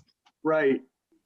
In fact, I remember the time Sal did Frank one night. Oh, good Lord. Don't remember. oh, I do And not there's know that- that one. And there's that part at the end where Rocky picks up Frank and carries him. Oh yes, actually yes, yes, Yeah. And yes. Sal I said, remember that. and Sal said, he's talking to me, you know, only I can hear him. He's like, no, pick me up. And I picked remember him up that. and I carried him out of the thing. I think he didn't think I could do it before he comes. Who would? I think I do remember now that one time. Great memories. Yeah. Yes. Yeah. By the way, you remember when Nora would do stuff like? Remember we saw the night the Prowler, and they like Jim Sharman was someone was hoping we would turn into another cult film, and it was like the most boring film we'd ever seen. And Yeah. and then Nora said, "Let's do a Night the Prowler floor show." So we all came as things from the Night the Prowler, and I put together an ant costume because I thought the most profound scene was when all the ants were going over some dead thing. I thought, what the Wow. hell? I put Did black any of you tape go to any of Tim's concerts? Did any of you go to Tim's concerts? I did Oh, one of yeah. them early I on did too. at Bottom Line, I think it was. Bottom line, I think we were all there. Yeah. I A did lot of two us a were there. night. Whenever he did two shows, I was there two times. Like the first show, then we had to go around and come back into a seat. 2 shows a night. Right, right. I've got the poster from the marquee for that Bottom Line show. Wow. Yeah. Well, there was one concert that we went to, and afterwards he was throwing a party, but we didn't know that. And that was back when I was driving, because it was after I was in nursing school, because I had a car. And we followed his car to wherever this party was. No. Sorry, dear. Oh my God. And We call that Tori stalking, was you with know. me and a couple of other people, and we just walked into the party. Yeah, I know. We got into the party. Nice. I don't know how, but it was up in some loft, and I know we didn't belong there. And we had they gave out badges that were little credit cards. They looked like a Visa credit card, but it said Tim Curry on it. Oh wow! I think it was Fearless or something. Oh. And that was I when still have the Betty card. and Alba were running the fan club. Some things you don't get rid of. Right. Oh, that was Probably. before my time. Yeah. You remember But I when- knew I didn't belong there. I mean, I was not invited. That's awesome. Yeah, What last the anyway. hell? you got there. That's all that matters. You You know? remember when Tim showed up at Crazy Eddie's just down the street Oh, from 8th yes, I Street? got my autograph. That's the only picture I have of with me and Tim. The only one. And I don't even know who took it. Say hi It was a good picture, I don't though. have a picture from there, but I have Crazy Eddie gave out the little poster because I had already bought the album. I didn't know he was going to be there, so I didn't bring it for him to sign. We had a 1-minute conversation about the album, and he thought he was giving me a test. He said, well, what's your favorite song? So I said, well, I love all of them, but if I had to narrow it down, it was Wake Nicodemus, and the Brontosaurus. I said, those are tied for the 2 top. I can't pick one over the other. So he knew that I was playing the album because I said I was playing it incessantly. I didn't know he was there, so I didn't bring it for him to autograph. So I got my autograph on the poster. That was so cool. Here I have an autographed at photo one I of our- just got from him at from some con. You know, He was at a con here, and I wanted to go. I mean, I was at the con, but I wanted to go backstage and see him. And they would not let you go unless you bought either an autograph or a photo. Yeah. It wasn't even an autograph. The autographs they brought back to him and he signed back there and then brought out to you. But if you went in for a photo, you could get in, and I wasn't going to pay the whatever it was, $50 or whatever it was, just to see him. Not that I haven't seen pictures, but that's not how I wanted to remember him. Yeah. And what I wanted to show him, I was like, I don't even have to go see him. Just here, you take this and you get to show him. And they wouldn't do it. I actually broke down and bought I work with a stroke patient, so it's painful to see, right? Yeah. I'm listening. When they did that thing It is. recently for the you saw that any of you guys see that fundraiser they did for the Democratic Yes, convention? I did. Yeah. It was sad. Oh my God. It was like, I mean, I love that Tim Curry was there, but watching little Nell have to feed him lines and, you know, it was like, oh my God, that's so sad. And they shouldn't That's have, what I work with every day. they shouldn't have done as much as they did. Like having him for part of it, okay, but going through all that, it just. I think it's it was not- too Do late you for think him. he wanted it though? I mean, Really? I don't know. He seems like he's that kind of person that wants to keep doing until he can't, you know? Maybe. But I broke down like, I don't know, several months back and indulged in buying a personalized autographed picture of him from some show, some virtual show they were doing, like $150, $175. I'm like, you know what? Tim Curry was a part of my life. Are you going to Max and Irma's? Oh, okay. Sorry. Hi, Mario. Mark says hi. Yes, the Ethiopian The food. Ethiopian, yes. We're going for Ethiopian food next weekend. Even though there's no I meat. got to take a picture running my fingers through his hair. Whose hair? And I have a picture of Nora. Oh, through Tim's hair, yes. Oh my God, Girl Scout cookies. I was thinking about that recently, if they're selling them. Are they actually selling them?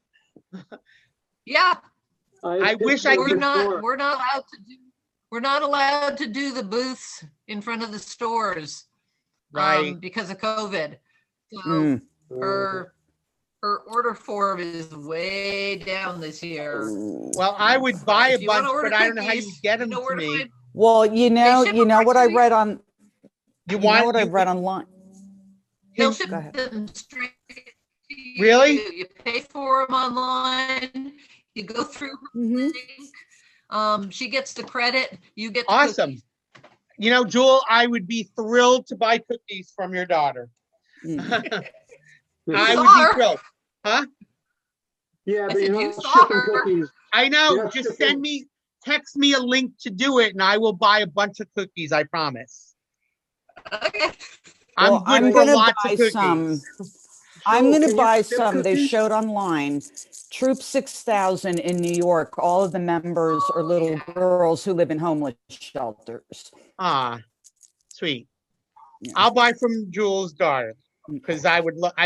I believe in supporting my friends. Yeah. Well, you know, I've been a scout troop leader. I've been a scout troop leader for 4 years, but I don't know. Can you send cookies from where you are across to here? She just said she would ship them. Yeah, the Girl Scouts ships them. I don't have to ship them. Yeah, they do. Oh, okay. Where do you live, Jewel? Washington State. Oh, okay. Just north of Seattle. Okay. I have a good friend in Olympia. I went to school there. I have several friends in Olympia. I want to go there. I miss it. I loved it. Olympia was cool. Very cool town. There used to be like so many fun people. I used to run natural healing retreats at my college. And I was on this TV thing. A cousin of mine produces reality TV shows. And she was associate producer of the show. Got your link, Jill. She was associate producer of this pilot for a show called Pranks, which is like, you know, they play a prank on you. And they played this gigantic prank on me to run this operation for Clinton's reelection campaign in Brooklyn. And it was hilarious. Oh my God, they literally did this. First, they have this woman coming out who like speaks in tongues. She says words that almost sound like they're English, but they're not exactly. So the idea was like, oh, Mark thinks he can get any job. He's so great. You know, he thinks he's so great that he'll walk in and boom, they'll give him the job. And we're going to make it a little hard for him. So they put me through this crap where this woman she's speaking and she's like saying words like, oh yeah, Queens is very flat top. I'm like, flat top. Yeah, you're right. It's like not as built up as Brooklyn. Yeah, absolutely. And I'm like talking along with this woman. They later told me nobody ever held a conversation with her that long. And she came up to me after said, oh my God, you got the job. That was incredible. But then and I'm thinking she's like, and so then all of a sudden in the middle of this conversation where I'm going, oh my God, this woman must be friends with Hillary. She's nuts.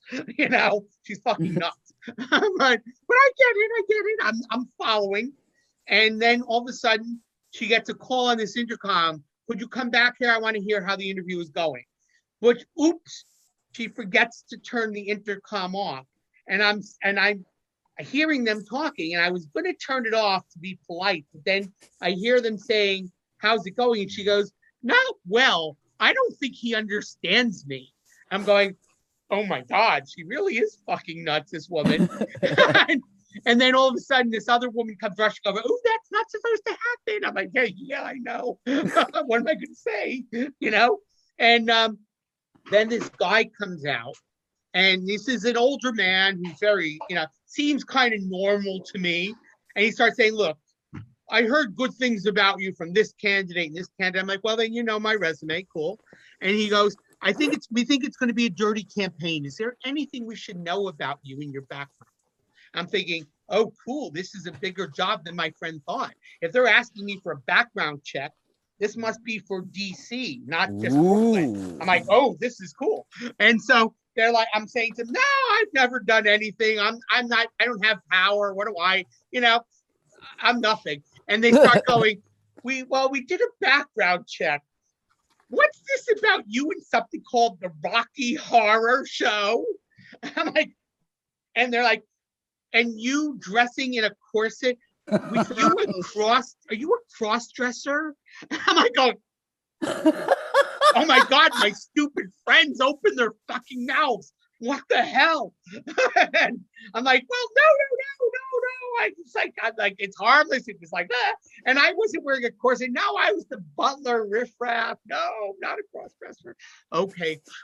Then they go, what's this about you in a hot tub party in California with 5 naked women.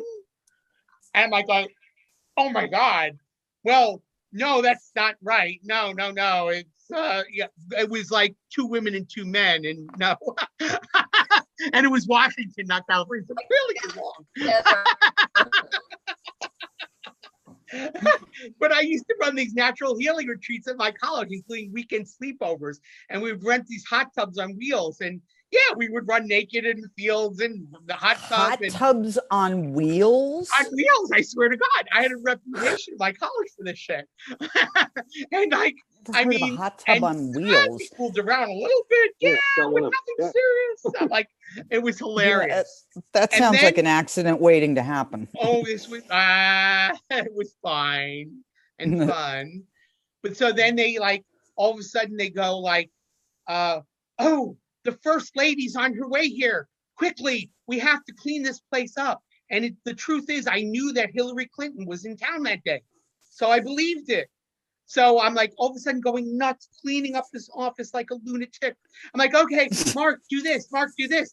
And I'm like dumping garbage in, and someone comes over, quick, blow up balloons. I'm like, I'm dumping garbage with one hand, blowing up balloons with the other hand, because I am that good, you know? And then just to show how amazing I am, these people go, oh, the first lady's here, Secret Service are walking in. I'm like, okay, I have a bag of garbage in my hand. God forbid the first lady should walk in here and see a bag of garbage sitting around. No, I take it to my seat as if I just went shopping and have a bag of with me. Because I am that good. And they walk in, the Secret Service, they start patting him.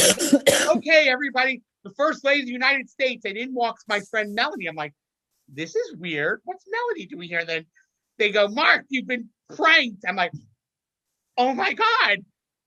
And like at that point, most people freak out. Rudy and Melanie. Yeah, yes. Melanie. Yes, that Melanie. My old landlord. All of a sudden, I'm like, most people at that point go nuts, and they're like, they get angry, like, I can't believe it. And I just went, oh my God, that's hilarious. You did this all just for me? Do it again, do it again. I loved it. I was like, this is so great. And they loved it. They made me the highlight of the show. And at the end, in the closing credits, they have this clip of me, because they were all going like, God, you were good. You were fun. And I'm like, you know, because the whole premise is like, Mark thinks he's so great, right? I looked at them and I said, it's taken me a lifetime to build up this ego. It's not going anywhere. And that was like the closing credits of the show. How funny though, the Rocky Horror bit. That was priceless. And this was on prime time on ABC, by the way. So, do you have it? Of course I do. Yes. I want to see it when we come over next week, and I want to see it. Absolutely. Yeah. Were Rudy and Melanie involved in the planning? Were they involved in the planning? Melanie was. Melanie they brought her yeah. in. But my cousin Dina planned it. She did it as payback to me, because when she was like 8 years old, she blabbed to me. She had seen Empire Strikes Back before I did, and blabbed to me how, oh, you didn't know Darth Vader was Luke's father? I thought everybody knew that. I'm like, no, Gina, I didn't see it yet. So I was going to kill her. So when Return of the Jedi came out, I saw it opening night. And I'm like, I go to Dina, this is what happened. And then this, and then this. And she goes, oh, no, don't tell me. Oh, my God, really? And then what happened? Oh, no. Oh, really? And so I told her the whole story. But the truth is, I didn't have the heart to really spoil it for her, because I hate that. So I made up the whole story. It was all a fake story. And what I didn't know is she went to blab to all her friends the whole plot, because she knew from me the whole plot. And she walked in with her friends to see it. And they're all going, Dina, that's not what happened. And she was embarrassed. And it just killed her. So she was so angry that I did that to her that she had to pay me back years later. She didn't realize I was trying to be nice. I'm like, I wanted to teach you a lesson, but I didn't really want to spoil it for you. Oh, but that was good. She got you good. She did. That was great. Yeah. I loved it. You're welcome to do that to me anytime you like, guys. Yeah, but you'll always figure it out, so it won't be as much fun. Ah, I always go to the opening night shows of Star Wars, Star Trek, anything I care about. yeah, Um, no and spoilers. I had a ticket to go to opening night of one of the Star Wars, and a friend of mine wanted to go and didn't find a babysitter for her youngest. Oh, And I was like, okay, I'll make a deal with you. If you take Elizabeth and go, and you can go with your older boy who was like 7, and I'll stay home with the 4-year-old, and I'll see it tomorrow. No big deal. So they go to the movie. I stay home and babysit. They get home. The kid has not even taken his coat off yet. Han Solo dies.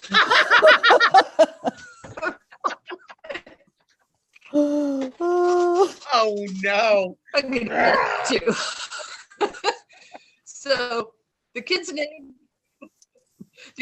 became spoiler alert. Spoiler alert. Every Yes. single time I saw him for a year, it was like, Oh, hi, that is spoiler funny. alert. How are you?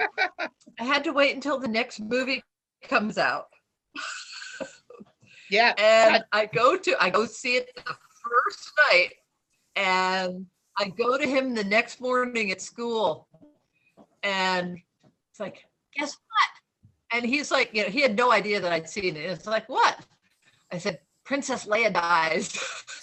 Oh, that's And then I so said, evil. or maybe she doesn't. And of course, in the movie, you think she did, and then you find out that she didn't. Right. And then, like, does. That's,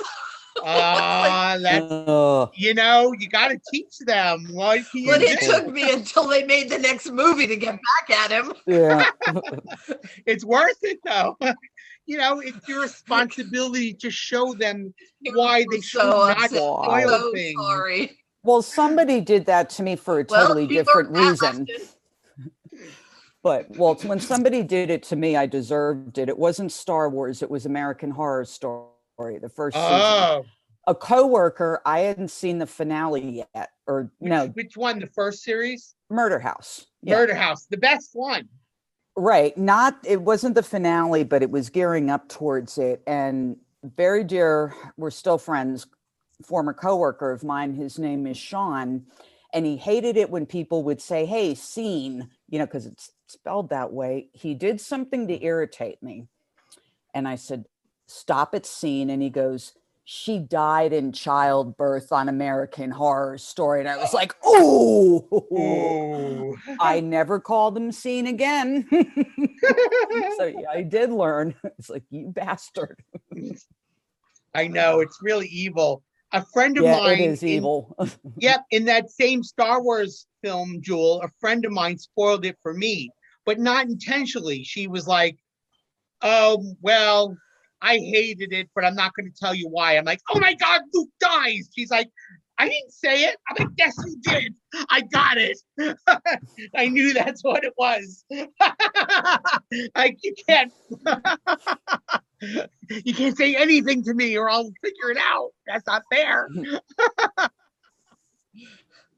It's the Jedi mind trick.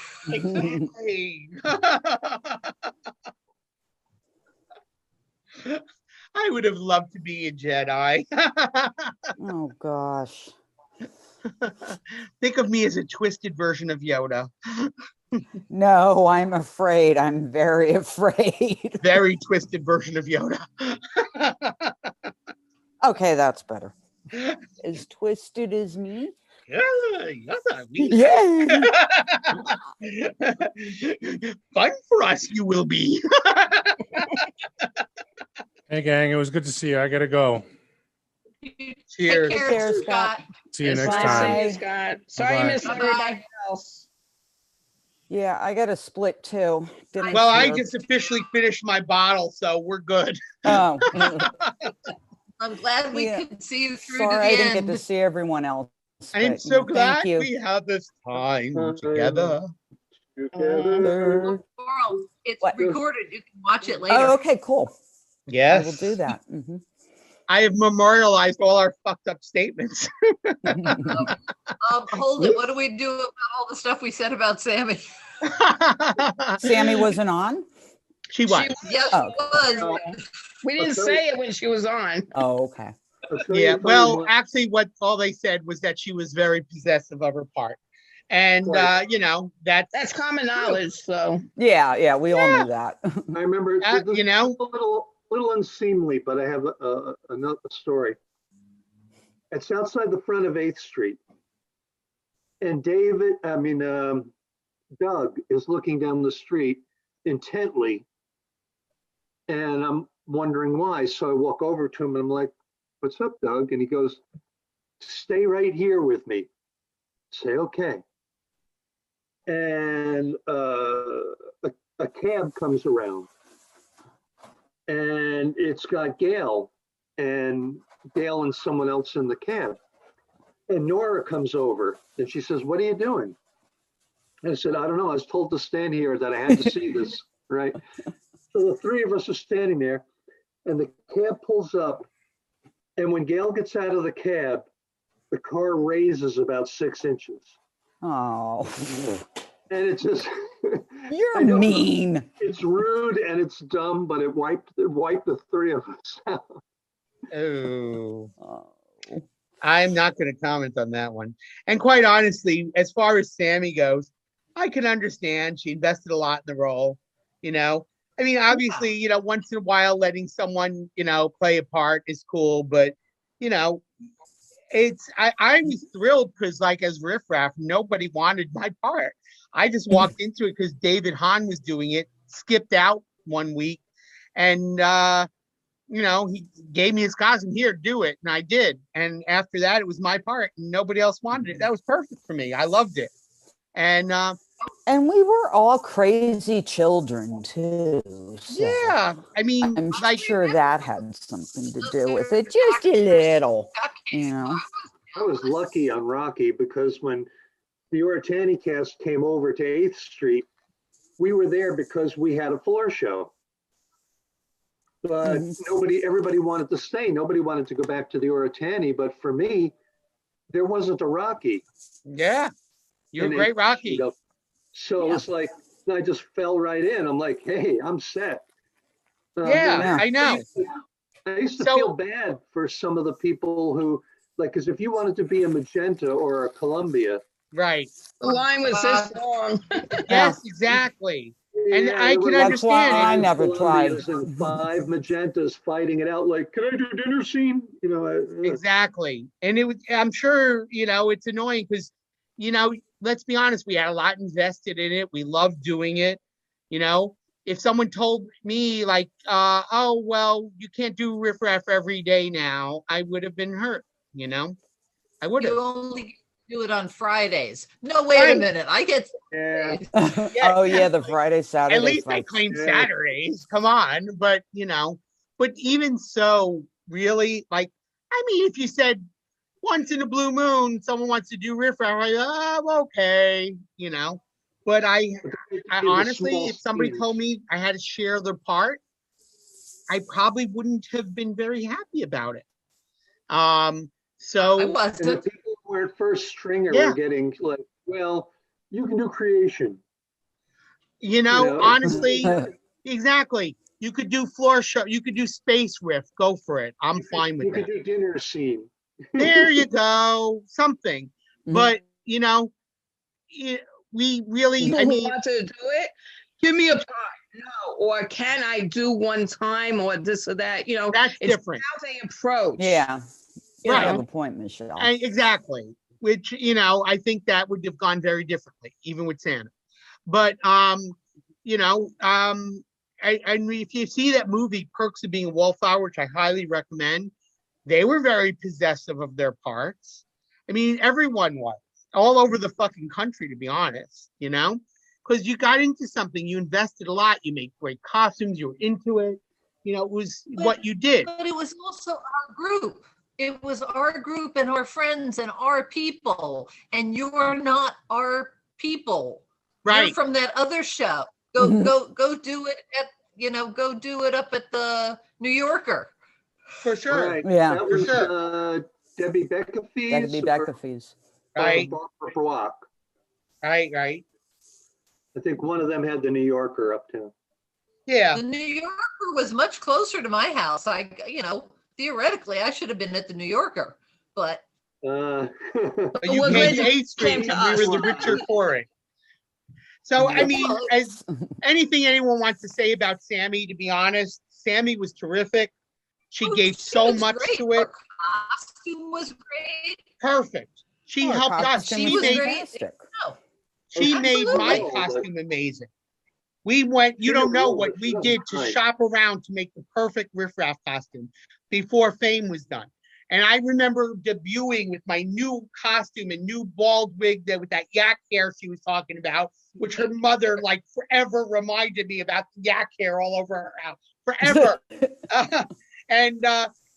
But I walked in there and Jane, who loved to rag me because that's our relationship, would say, "Oh my God, you are my riffraff. I love it." It was like, oh, this is great. I've arrived. I was so happy, I mean, to do that. It's the reason I started getting dressed up too. I started doing Comedy Frank because she lent me the cape, she lent me the shoes, she helped me put together some kind of mock crazy costume. Right. So they, we found a role for people, but we were indeed a little possessive. I can understand that. That's kind of natural, to be honest. So I don't want to fault Sammy for doing that. No, not at all. Not at all. Yeah. Not at all. Yeah, and we're all human. I mean, I remember how long it took before another Frankie got to do anything. Sure. Understandable, So I treasure my time as riffraff. I really do. And I love that it's in Fame. That's great. Like I said, when I meet some guy, I'm like, oh yeah, among my resume, here's a little cool tidbit. And I show them and I'm like, oh, that's cool. Yeah, it's cool, right? It's a great conversation piece. Every once in a while, I'm at one of the thrift stores or something, or one of the, like the stores that sell the old Star Wars, old Star Trek, old cool stuff. Yeah. And I'll come across the Rocky book and I'll flip through it. And I was like, yep, that's me. Yeah, cool. Yeah. Well, it was great talking to everyone. I'm going to get dinner. Yeah, like I said, my bottle's done. So your bottle's done. All right. Good talking to you, Greg. Good seeing you. Final toast. Cheers. Love you all. Final toast. Empty Coke bottle. I really mean it. Love you guys. Be well. I'm having leftover steak and a Valentine cookie. Live long and prosper. I can't do that. Yeah, Mario. I love you. Oh my God, Jewel. But I'm having my leftovers. Good. Jewel, before you go, I have a Leonard Nimoy story for you. Okay, I'm all ears. Seeing you. Talk Take to you care, later. honey. Bye, everybody. Bye-bye. See you later, alligator. For many years, I wanted to meet Leonard Nimoy and tell him the story. I found out a very long time ago, my family, my great-grandmother's family, my great-grandparents were the Mayersons. My great-grandfather was Morris Mayerson. He had a cousin also named Morris Mayerson. His cousin married Golda Meir. They shortened it from Mayerson to Meir, but it's really Mayerson, right? And when I was in Israel, I was chatting with some woman who I met on the kibbutz, and I was telling her the story, and she's like, "Oh my God, you should reach out to their daughter, Sarah Rashavi." I went, "Oh, well, she doesn't know me, and we're distant relatives." And she goes, "No, she would love to meet you. You should." And she hooked us up, and I got invited to dinner at the house of Golda Meir's daughter and their children, granddaughter, and grandson, and we had a wonderful dinner and we're chatting, and they told me this amazing story. Morris Mayerson, his mother, had married a Mayerson, had 2 kids, and then her husband died. So she remarried, had 2 more kids with the new husband, and they're on their way to America when her second husband dies. Now she's got 4 kids, no husband, and on her way to America. What the hell is she going to do? But it happens that some of the Mayerson family, a lot of the Mayerson family was already here. So what she did, she lied and said all 4 kids are Mayersons, but they weren't. And Morris was one of those younger children who was not really Mayerson, but till the day he died, he never told anyone, not even Golda, that he was not really a Mayerson. Well, Leonard Nimoy played Morris Mayerson in the film Golda. And I said, one day I'm going to meet Leonard Nimoy and I'm going to tell him this awesome story. And by the way, in the punchline, we said, look, so we're not blood relatives. Who cares? Your family, right? Doesn't matter. Anyway, so there's a show with Leonard Nimoy signing autographs in New Jersey. And a friend of mine tells me, so we go, and you have to pay $50, to get an autograph from Leonard Nimoy, I have this box set of the cast, which is now signed by everyone except what's his name? Oh my God, I can't think of Dr. McCoy's name. Leonard DeForest Kelly. DeForest Kelly.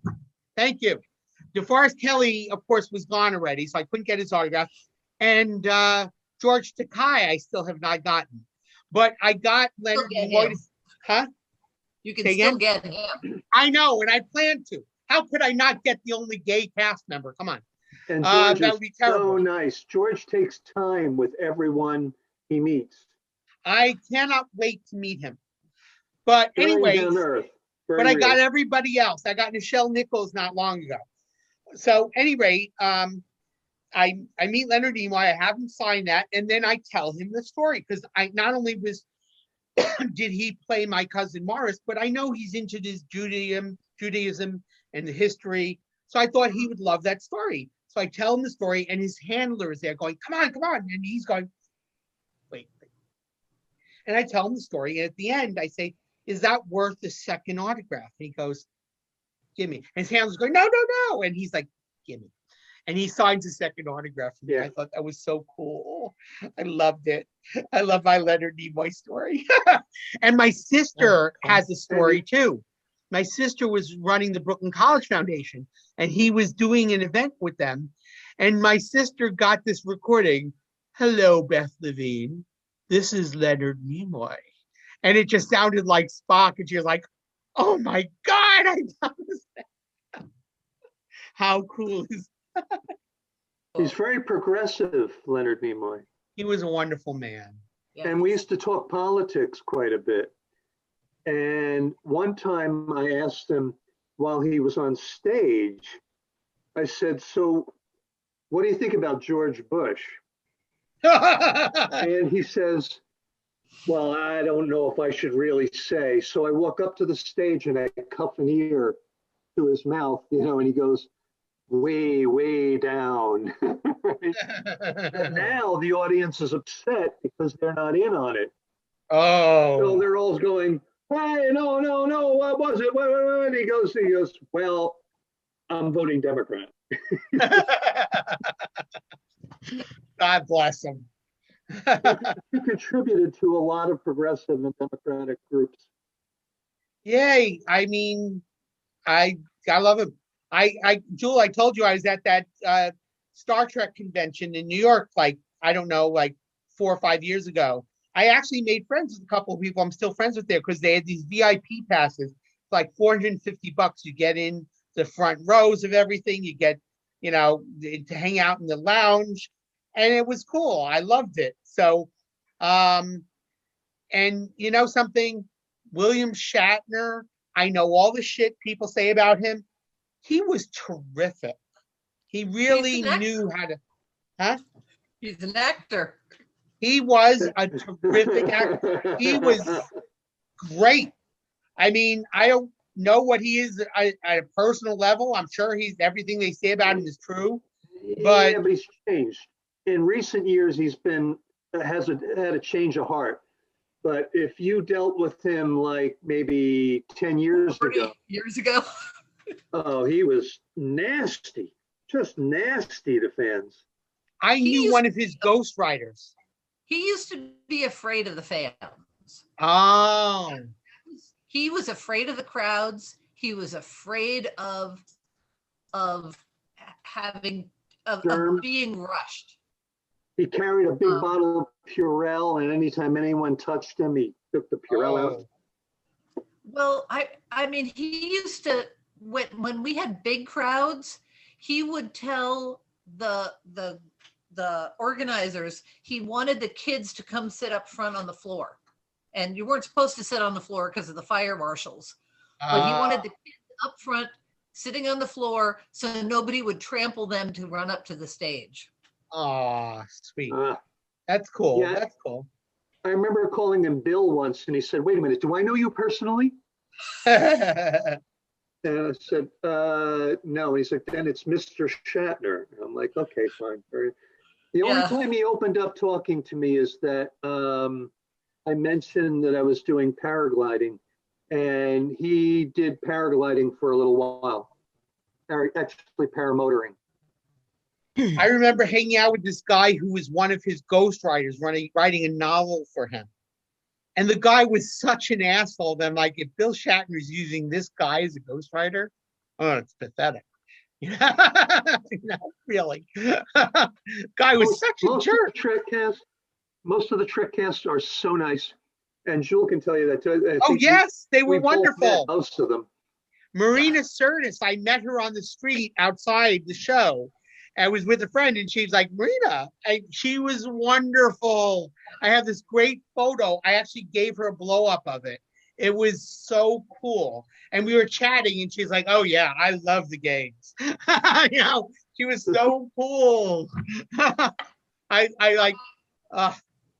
remember her shouting at William Shatner. This is my debit card. Oh, wow. Oh my God. Very neat. Yes. Did you see on my Facebook page a picture of me and my sister with her? I said to her, I told her, like, I heard the story about, Martin Luther King Jr. calling her up. She's like, yep. I'm like, that is so amazing. I said, you're my kind of broad. He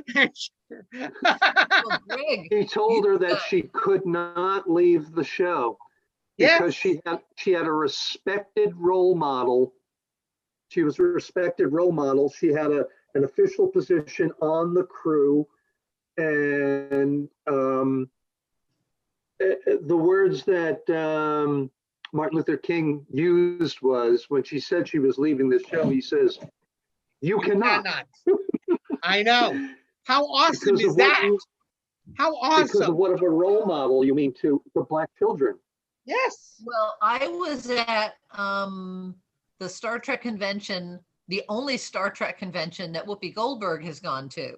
Ooh. And she got to tell Nichelle on stage the story of when she was a little girl and saw Star Trek, and she's like, Mama, there's somebody on TV who looks like me, and she's not a maid. Right. And that's awesome. Or a prostitute, or That is so awesome. What a cool story. Yeah. Wow. Well, Whoopi actually solicited getting on that show very strongly. I can see why now. Oh my God, Nichelle Nichols, God bless her. That woman kicks ass. Love her.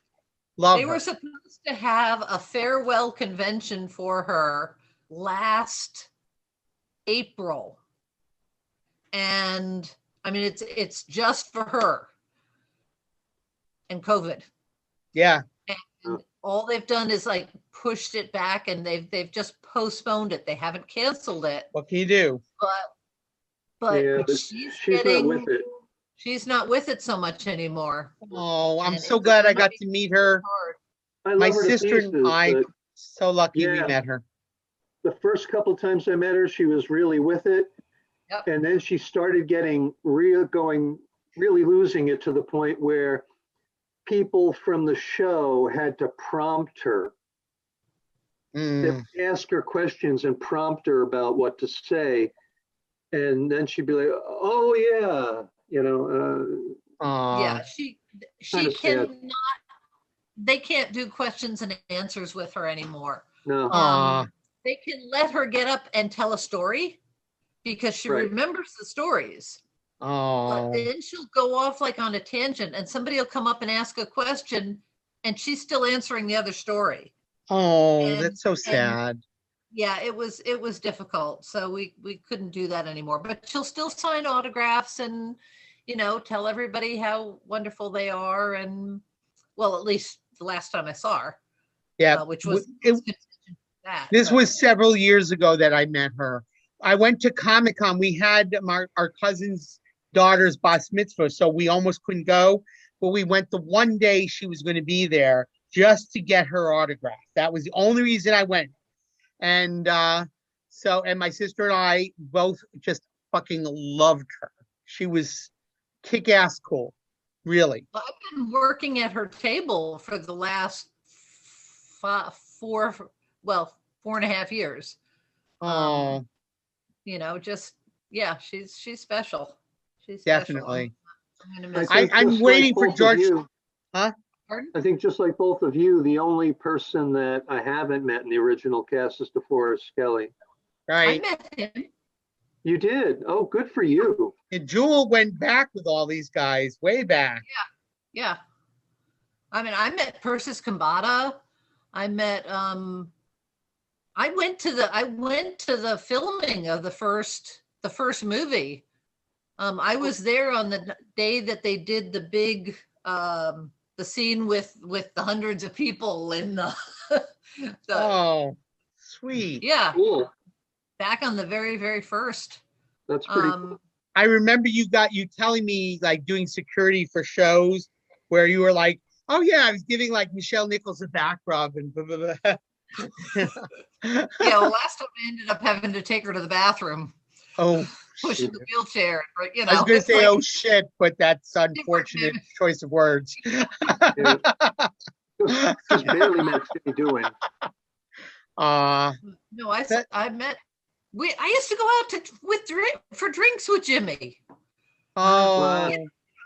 A bunch of us would go out after the convention, and he would just hang out. And I was supposed to meet Walter up at a restaurant for dinner. And I got there early, and there was a bar, and Jimmy was there. And I went up and I was talking to Jimmy and sitting here, and Walter came up and sat on the other side of me, and I didn't even know he was there because I was busy talking to Jimmy. And he really does like to drink scotch. He don't drink anything. I can remember being at conventions, signing autographs and stuff with a bottle of scotch next to him and taking a shot every so often. He was so much fun. I mean, I got him. He was like him and Walter Koenig were the first two I got autographs on. I used to babysit Jimmy's kid at the convention. When he was on stage, I'd be the one, playing with his kid over on the side. I told that to Jimmy's wife, Wendy, and because most of the time, if she was there, she would watch him. But she was up on stage with Jimmy. They were judging a costume contest. Yeah. So I had the baby. He was probably about a year and a half, 2 years old. And somebody would come up and everybody would clap. And then the baby would start clapping. And when the baby would clap, everybody else would clap. So the baby was getting the audience to clap. And it was really cute because it was like, it would be quiet and the baby would clap and everybody would clap. And the baby was like, oh, I did it. And I told that to Wendy and she goes, I remember that. That's awesome. It was fun. I got to get George Takei. I don't know when he's going to be doing autographs again in New York, but I have to get him. If I had to pick one person in all of Trek that was the nicest, it would be George Takei. Another one that's really nice is Robert Picardo, who plays the holographic doctor on Voyager. Yes, I met him. Very, very nice. And Renee Auberjolet, Odo. He was was neighbor. Renee sang his when she was about 6. Ah, Okay, never mind. She was 10, she says. I But- met him. I asked, you had a choice. I wanted his autograph. I decided him I want. So they gave you a choice. He either signs a picture or he draws a picture and signs it. Of But him then in I'll the take bucket. that. Yeah. So Bucket. He did the bucket, right? right. That's what I picked. But then as we were talking, I told him the story how I was this big LGBT activist in the court system and started this organization that became statewide, the first in the nation to be a real big LGBT organization in any statewide court system and had this huge impact. And so he thought, that's so cool. He said, come here, take a selfie with the two of us. Because you're not supposed to let them, they're not supposed to let you do that. But he let me, and it's like, cool. He was very nice. I was very sad when he passed away. He's a very cool guy. his next door neighbor in New City was a very close friend of mine named Star. And she was very involved in rainbow gatherings, pretty. Oh, yeah. And I'm very involved in rainbow too from past years. And she used to drive him nuts because of the crazy things that she did on her property, being a full-blown hippie and having people just I camping know. all over the place. Yes. And so when I saw him at a convention, I said, oh, Renee, I was just talking to Star, your neighbor. She told me to say hi. And the face that he had on, that he had on was like, oh my. He was not a fan of a Star. Who is who is the woman that my daughter is named after, my older daughter. Huh. The only other Star on the planet, and now a Star Senior has died. Wow. I could Guys, go on all. Awesome, but I feel like I really have to go pee. I have a whole bottle of wine. Oh. Yeah, maybe that has something to do with it. I don't know. Maybe just a little bit. I gotta go too. And my niece is calling me incessantly, which she tends to do. Okay, Rebecca, I'm well, gonna have to call you back. I'm in the middle of a Zoom with a bunch of old friends. Let's do Awesome. it again. Let's not wait until somebody dies to do it again. I don't think we need to do that. I mean, the truth is the last couple we did had nothing to do with anyone dying. And so we're good. So yes, we'll do it again. I promise. And I'm a pushy bitch, so I'll make it happen. Just let me Jewel, know have they told you lately that I love you?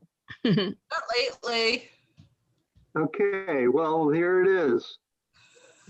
Jewel. I love all you guys. Jewel, do you know that I love you? Do you know it? I know. I love you guys too. I love you all. That's what we need. One picture like that. I want that as a screenshot.